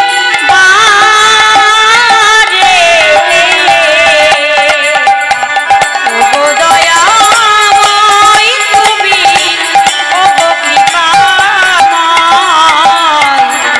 ও গো দয়াময় তুমি, ও গো কৃপাময়। জয়দেবের এক বন্ধু যার নাম পরাশর, পরাশর একদিন জয়দেবকে বলছে, জয়দেব তুই চিন্তা করিস না, তুই আমার ঘরে থেকে তুই বিদ্যাভাস করবি, ক্রমে ক্রমে সুপণ্ডিত হয়ে উঠবি। জয়দেব গোস্বামী পরাশরের ঘরে থেকে বিদ্যাভাস করে ক্রমে ক্রমে সুপণ্ডিত হয়ে উঠলেন। একদিন জয়দেব গোস্বামী মনে মনে ভাবলেন, আমি আর এখানে থাকবো না, কে আছে আমার এখানে, আমি চলে যাব। কোথায় না সেই পুরী ধামে, শ্রীক্ষেত্রে, যেখানে যেখানে আমার নীলমাধব আছে। আমার নীলমাধব যে আমাকে ডেকেছে, আমার নীলমাধব আমাকে ডাকছে, জয়া জয়া তুই আয়, আমি চলে যাব, আমি আর এখানে থাকবো না। একদিন রাতের অন্ধকারে জয়দেব বেরিয়ে পড়লেন অমা পুরী ধামের ক্ষেত্রে, সেই ক্ষেত্রে। হরি হরি বল। পুরী ধামে কারা কারা গিয়েছেন গো? সবাই গিয়েছেন, সবাই যান পুরী ধামে। কেন? সেখানে যদি আমরা 5 দিন থাকি, দেখবেন আমাদের উদ্দেশ্যটা কিন্তু অ্যাকচুয়ালি ভগবানকে দর্শন করতে যাব না, উদ্দেশ্যটা হচ্ছে ওই পুরীতে ওই সমুদ্রে জলকেলি করব বলে। কি গো মাইরা, তাই না? এত ঢেউ, দীঘার থেকে পুরীর সমুদ্রের ঢেউটা বেশি, তাই না? অনেক বেশি। দীঘাটা হচ্ছে সমতল, আর পুরীর সমুদ্র হচ্ছে এইভাবে একদম ঢালু হয়ে আছে, দেখবেন। এত ঢেউ, কতজনের যে বিপদ হয়েছে মানে কি বলবো। তা সেখানে যদি আমরা 5 দিন থাকি, একদিন দেখবেন একটু নামগন্ধ কাটাতে যেহেতু এসেছি, একদিন একটু প্রভুর কাছে গেলাম, প্রভুকে সেবা দিলাম, পুজো দিলাম, মহাপ্রসাদ নিয়ে চলে এলাম। আর 4টে দিন কি করলাম? আর 4টে দিন ওদিকে আর গেলামই না। 2 বেলা করে ওই সমুদ্রের ধারে গিয়ে বসে গল্প করে এটা সেটা খেলাম আর জলকেলি করলাম। আহা, জয়দেব গোস্বামী রওনা হলেন রাতের অন্ধকারে বেরোলেন একদিন পুরী ধামে শ্রীক্ষেত্রের উদ্দেশ্যে। আমার নীলমাধব আমাকে ডেকেছে, আমাকে যেতে হবে, আমি আর এখানে থাকবো না। কি আছে আমার? আমার পিতা নেই, আমার মাতা নেই, আমার ঘর নেই, আমার এই সংসারে আপন বলতে কেউ নেই। আপন বলতে যদি কেউ থেকে থাকেন তাহলে তিনি হলেন আমার নীলমাধব। নীলমাধব, আমি আসছি, আমি আসছি, তুমি তুমি তুমি একটু অপেক্ষা করো, আমি আসছি তোমার কাছে। চলে যাচ্ছেন পুরী ধামের উদ্দেশ্যে, রওনা হয়েছেন। কেমন ভাবে চলেছেন? চলে যাচ্ছেন কিভাবে গো? আমি চলে যাই,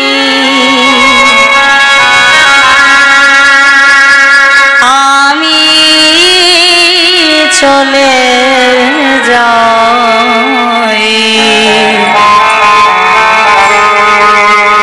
আমি চলে যাই, আমি চলে যাই,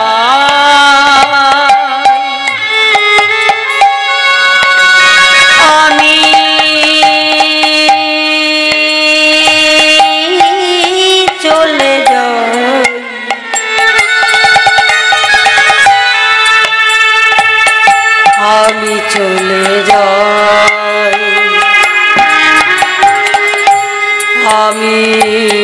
আমি চলে যাই, আমি চলে যাই, আমি চলে যাই,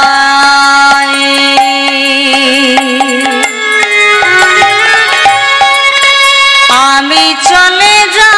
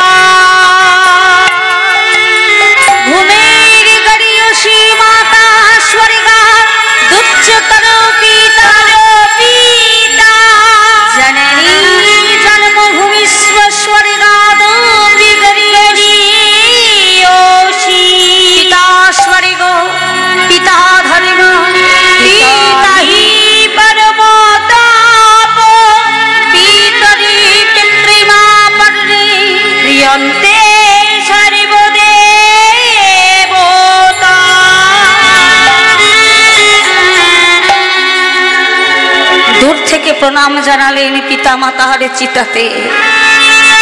আমি আর কোনোদিন এখানে আসবো না, চিরবিদায় নিয়ে আমি চলে যাচ্ছি আমার নীলমাধবের কাছে। নীলমাধব আমাকে ডেকেছে, ছুটতে ছুটতে ছুটতে ছুটতে চলে যাচ্ছে। পেটে ক্ষুধার জ্বালা, অনাহারে অনিদ্রায়, কত ক্ষুধার্ত কত তৃষ্ণার্ত, শুধু বদনে বলছে নীলমাধব, নীলমাধব, আর কত দূরের পথ, আমি যে আর চলতে পারছি না নীলমাধব,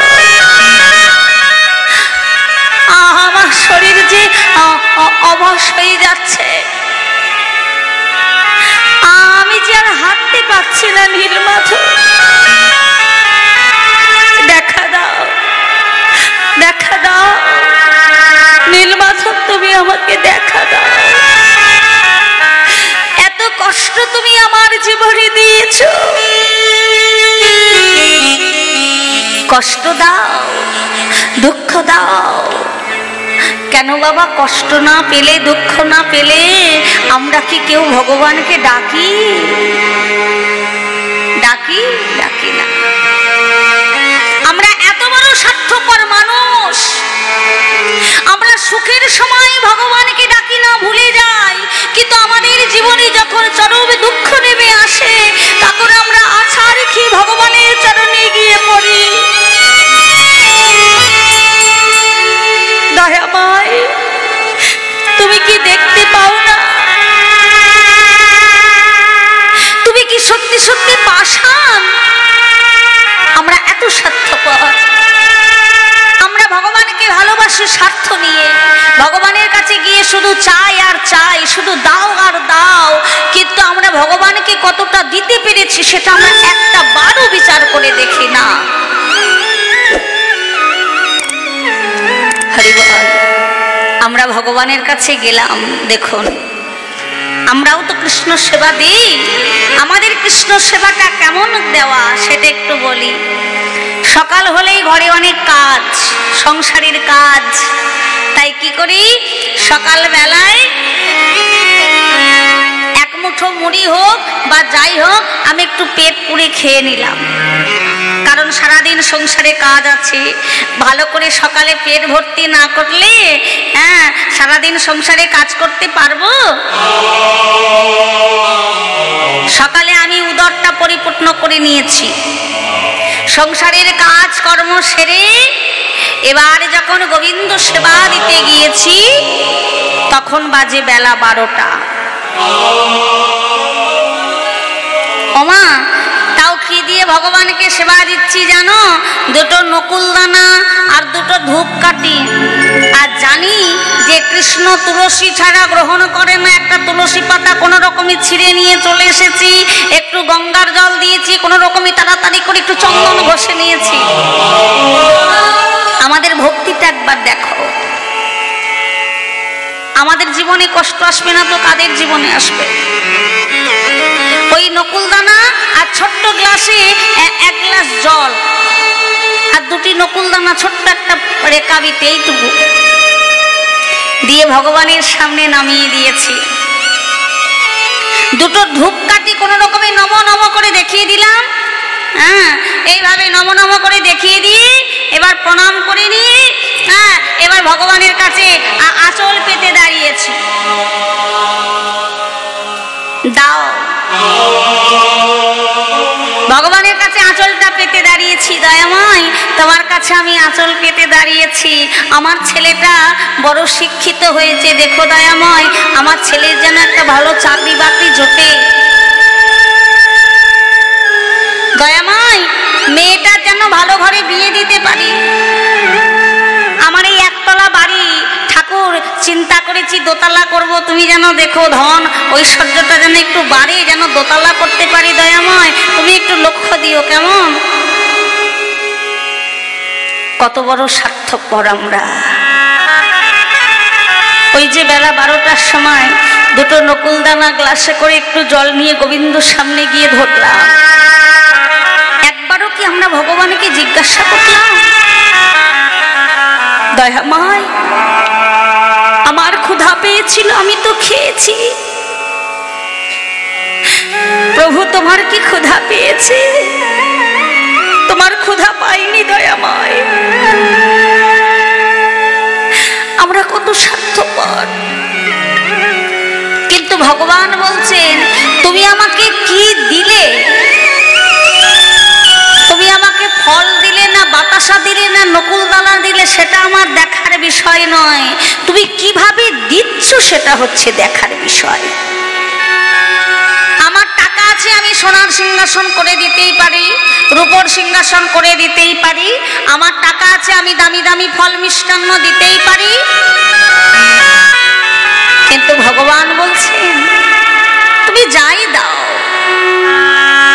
যখন সেবাটা নিয়ে যাচ্ছেন ভগবানের দিকে, দামি দামি ফল মিষ্টান্ন সাজিয়ে নিয়ে, ভগবানের লক্ষ্যটা কিন্তু আপনার ওই থালার দিকে নয়, ভগবানের লক্ষ্যটা আছে আপনার দিকে। আপনি তাকে ভক্তি ভরে সেবাটা দিচ্ছেন নাকি মনের মধ্যে অহংকার ভরে দিচ্ছেন আমি দামি দামি ফল মিষ্টান্ন দিয়ে গোবিন্দ সেবা দিচ্ছি? লক্ষ্যটা থাকে ভক্তের দিকে, ভক্তের নয়নের দিকে। কিছুই লাগবে না ভগবানকে পেতে, ভগবানকে পেতে গেলে কিছুই লাগবে না, একটু প্রকৃত মানুষ হওয়া লাগবে।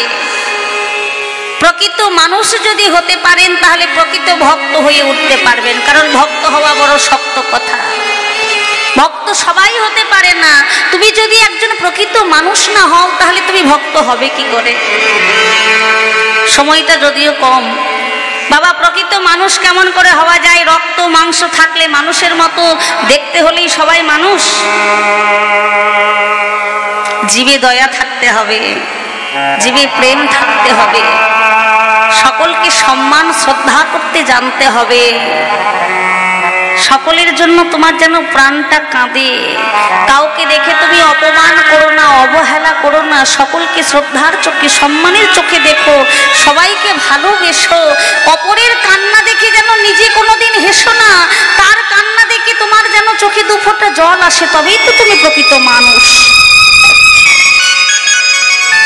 আর প্রকৃত মানুষ তুমি যবে হতে, তবে তুমি প্রকৃত ভক্ত হতে পারবে। মাগো ভগবানের জন্য লাগবে কি? তুমি বাহিরের তুলসী পাতা দাও বা না দাও, তুমি যেন ভগবানের চরণে তোমার ওই মন তুলসীটা তুমি নিবেদন করিতে পারো।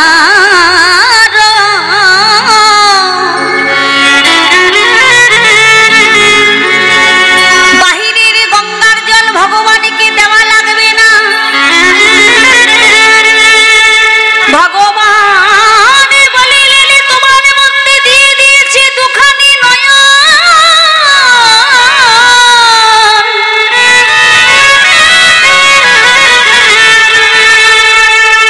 একাধারে গঙ্গা একাধারে যমুনা, ওই গঙ্গা যমুনাকে বরিশান করে বাহিরের গাছের চন্দন দেওয়া লাগবে না। যদি তোমার মধ্যে থাকে ভক্তি চন্দন, তাহলে মন তুলসী ভক্তিরূপী চন্দন দুফোঁটা নয়নের জল তুমি আমার গোবিন্দের চরণে মিশিয়ে দিয়ে ভগবানকে ডাকো।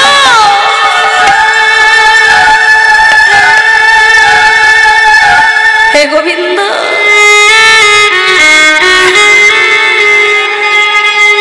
তুমি আমাকে চিরদিনের মতো তোমার চরণের এক কোণে একটু জায়গা দাও।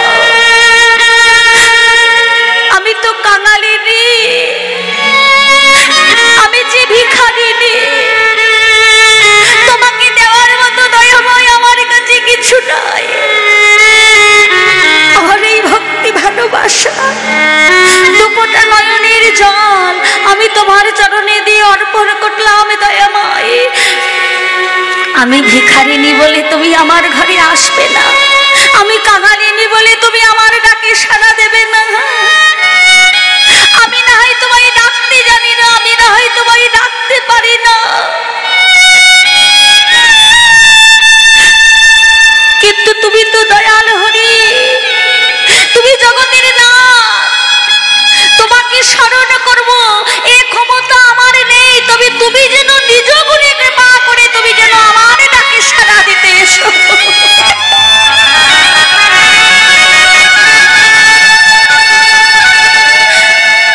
আহা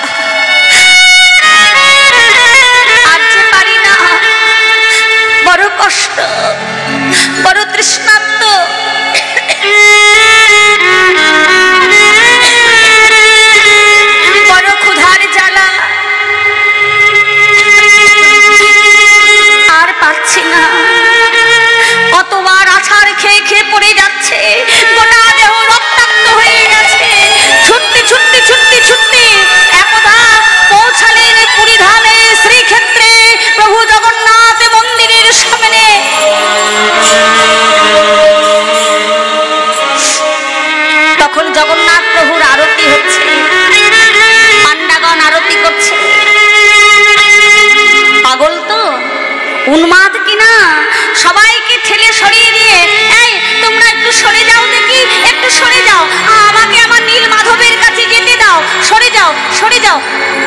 সবাইকে ঠেলে সরিয়ে দিয়ে আছা রেখে বললেন আমার জগন্নাথ প্রভুর তরুর তলে। জগন্নাথকে প্রণাম করলেন। জগন্নাথ মম স্বামী নয়ন পথগামী ভবতু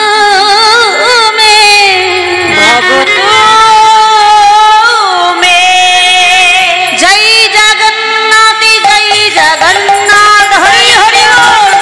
জয় জগন্নাথ জয় জগন্নাথ জয় জগন্নাথ জগন্নাথ মম স্বামী নয়ন পথগামী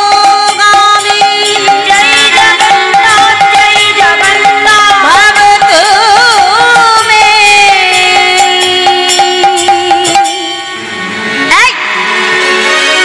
এই কে কোথায় আছিস?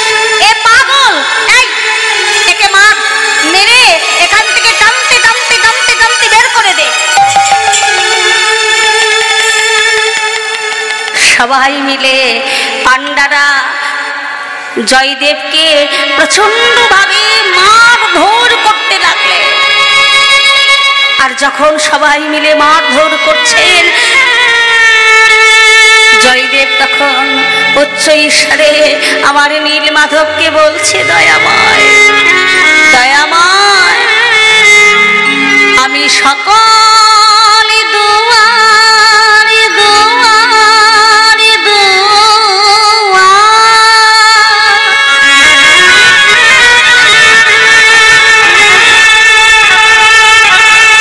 হইতে ফিরিয়া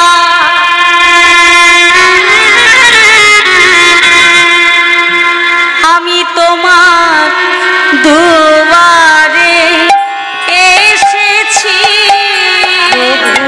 সকল দুয়ারে দুয়ার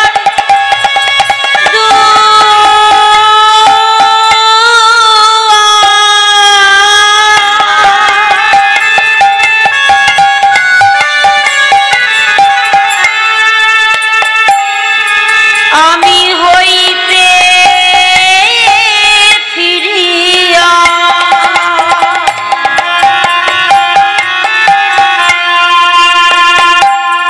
প্রভু গো তোমার দুয়ারে এসেছি। সবে প্রেমে বঞ্চিত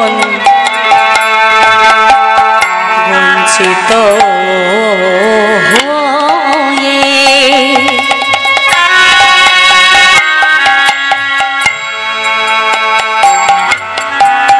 আমি তোমার প্রেমে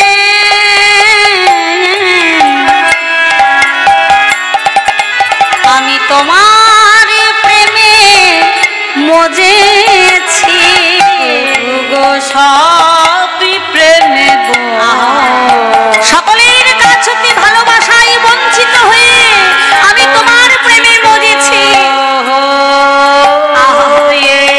হরি হরি বল হরি বল।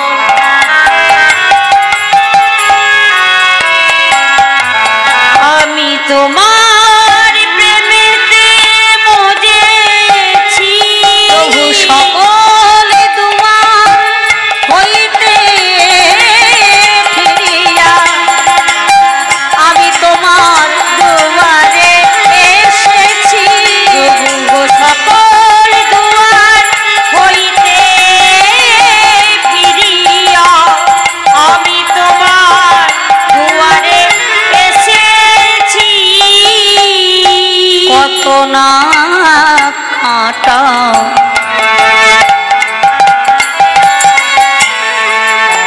বিঁধেছে পাই,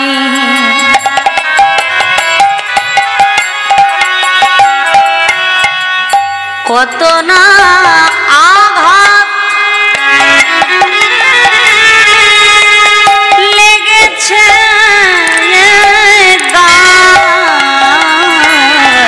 আমার কত না কাটা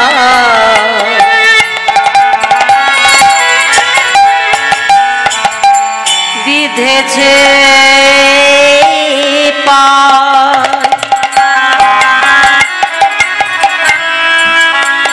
প্রভু গো কত না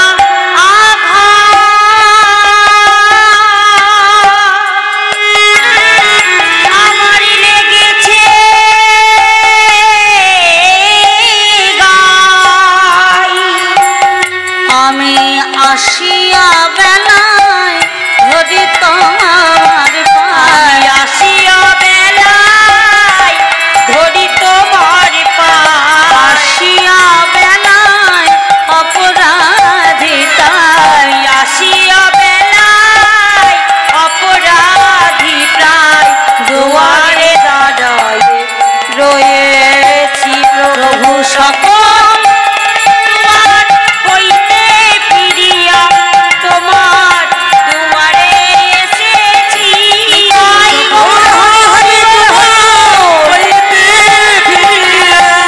তোমার দুয়ারে এসেছি প্রভু সকল তোমার হইতে ফিরিয়া তোমার দুয়ারে এসেছি এই, মার ওকে মার। প্রচন্ড ভাবে মার ধর করে জয়দেবকে সমুদ্র তটে ফেলে দিয়ে চলে এলেন। সেদিনের মতো পূজা পাঠ শেষ, মন্দিরের দরজা বন্ধ করে এবার পান্ডারা সবাই বাড়ি ফিরে গেছেন বাবা। পরের দিন প্রভাতে কালে প্রধান পান্ডা মন্দিরের দরজা খুলে এবার সেবা দিতে এসেছেন। আর যেই না মন্দিরের দরজাটি খুলেছেন, দরজা খুলে প্রভুর সেবা দিতে যাবে, অমনি একটি অবাক দৃশ্য দর্শন করলেন। কি সেই অবাক দৃশ্য? যারা পুরীধামে গিয়েছেন তারা সবাই জানেন, না গেলেও জানেন যে পুরীধামে 3টি বিগ্রহ, তাই না? জগন্নাথ, সুভদ্রা এবং বলরাম। কিন্তু লক্ষ্য করছেন প্রধান পান্ডা, 3টি বিগ্রহের মধ্যে একটি বিগ্রহ নাই। কোন বিগ্রহটা নাই বাবা? সুভদ্রা বলরাম আছেন। বলরাম আছে আমারে জগন্নাথ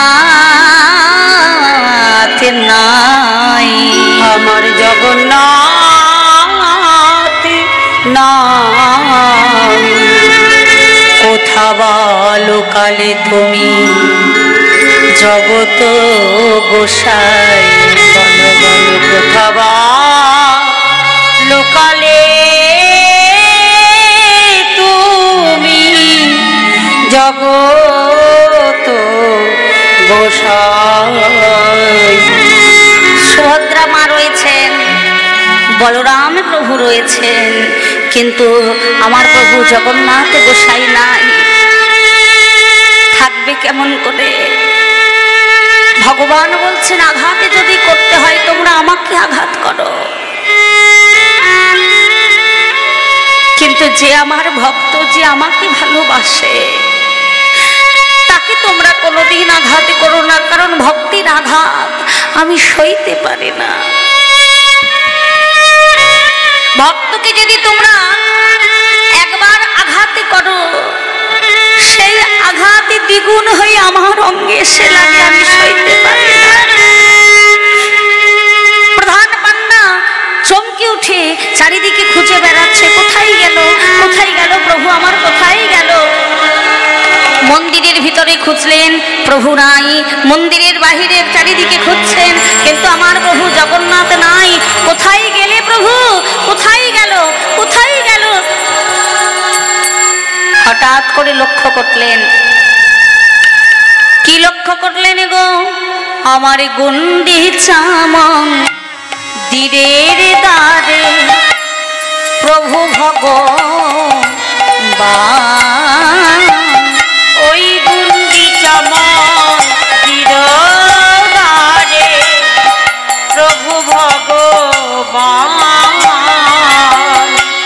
আমার সর্বঙ্গে রক্ত ঝরে প্রভু আমার ভক্ত সমান,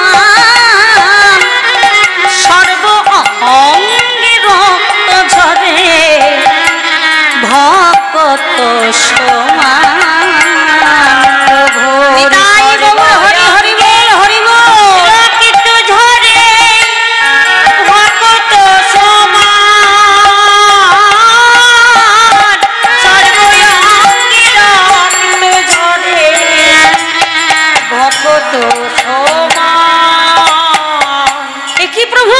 প্রভু তুমি গুন্ডিচা মন্দিরে দাঁড়িয়ে তুমি পড়ে আছো, এ কি হয়েছে প্রভু? তোমার সারা শরীরে রক্ত কেন? প্রধান পান্ডা সঙ্গে সঙ্গে আমার জগন্নাথ প্রভুকে কোলে করে তুলেছেন। প্রভু তোমার সারা শরীরে রক্ত কেন? এ কি এমন করে তোমাকে কে আঘাত করেছে? প্রধান পান্ডা আমার প্রভুকে কোলে তুলে নিয়ে মন্দিরের ভিতরে নিয়ে গিয়ে সেবা করলেন, শুশ্রূষা করছেন। বলো দয়াময়, এমন করে তোমাকে কে আঘাত করেছে? এমন করে তোমাকে কে মেরেছে? প্রধান পান্ডাকে আমার প্রভু বলে উঠলেন, ওগো আমাকে হয়তো তোমরা কেউ মারোনি, কিন্তু তোমরা হয়তো জানো না, ভক্ত যখন আমাকে আত্মসমর্পণ করে দেয় তখন আমি আমার ভক্তকে করি আত্মসমর্পণ। তখন ভক্তির অঙ্গে যদি আঘাতে কেউ করে সেই আঘাত দ্বিগুণ হয়ে আমার কাছে ফিরে আসে। তোমরা আমাকে আঘাতে করনি, কিন্তু আমার প্রিয় ভক্তকে আঘাতে করেছো। যাও আমার সেই ভক্তকে আমার কাছে এনে দাও।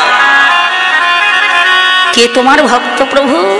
কাল যাকে মেরে সমুদ্র তটে ফেলে দিয়ে এসেছো, একবার কৃপা করে একবার দয়া করে সেই ভক্তকে আমার কাছে এনে দাও। ওরে কে কোথায় আছিস? ওরে কালকে যে পাগলকে মেরে তোরা সমুদ্র তটে ফেলে দিয়ে এসেছিস, যা যা তাকে নিয়ে আয়, না হলে প্রভুজি আমার বাঁচবেন না। সঙ্গে সঙ্গে অন্যান্য পান্ডারা সমুদ্র তটে গিয়ে আবার জয়দেব গোস্বামীকে তুলে নিয়ে এসে প্রভু জগন্নাথের সামনে দাঁড় করিয়েছে। দয়াময় দেখো এনেছি তোমার সেই ভক্তকে, এনেছি তোমার সেই ভক্তকে। মন্দিরের দরজা বন্ধ করে দিলে ভক্তের সঙ্গে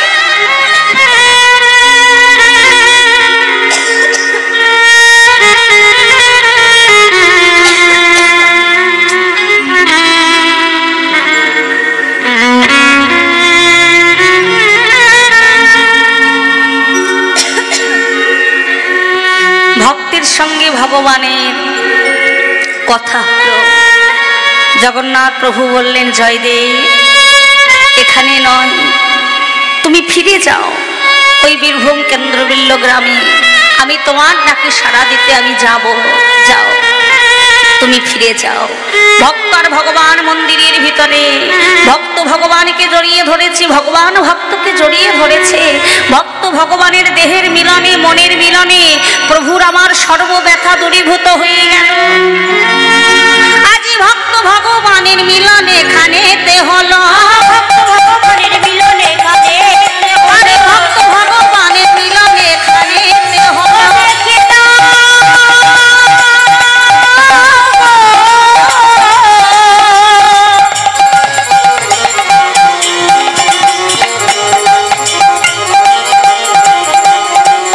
একেবারে নয়নে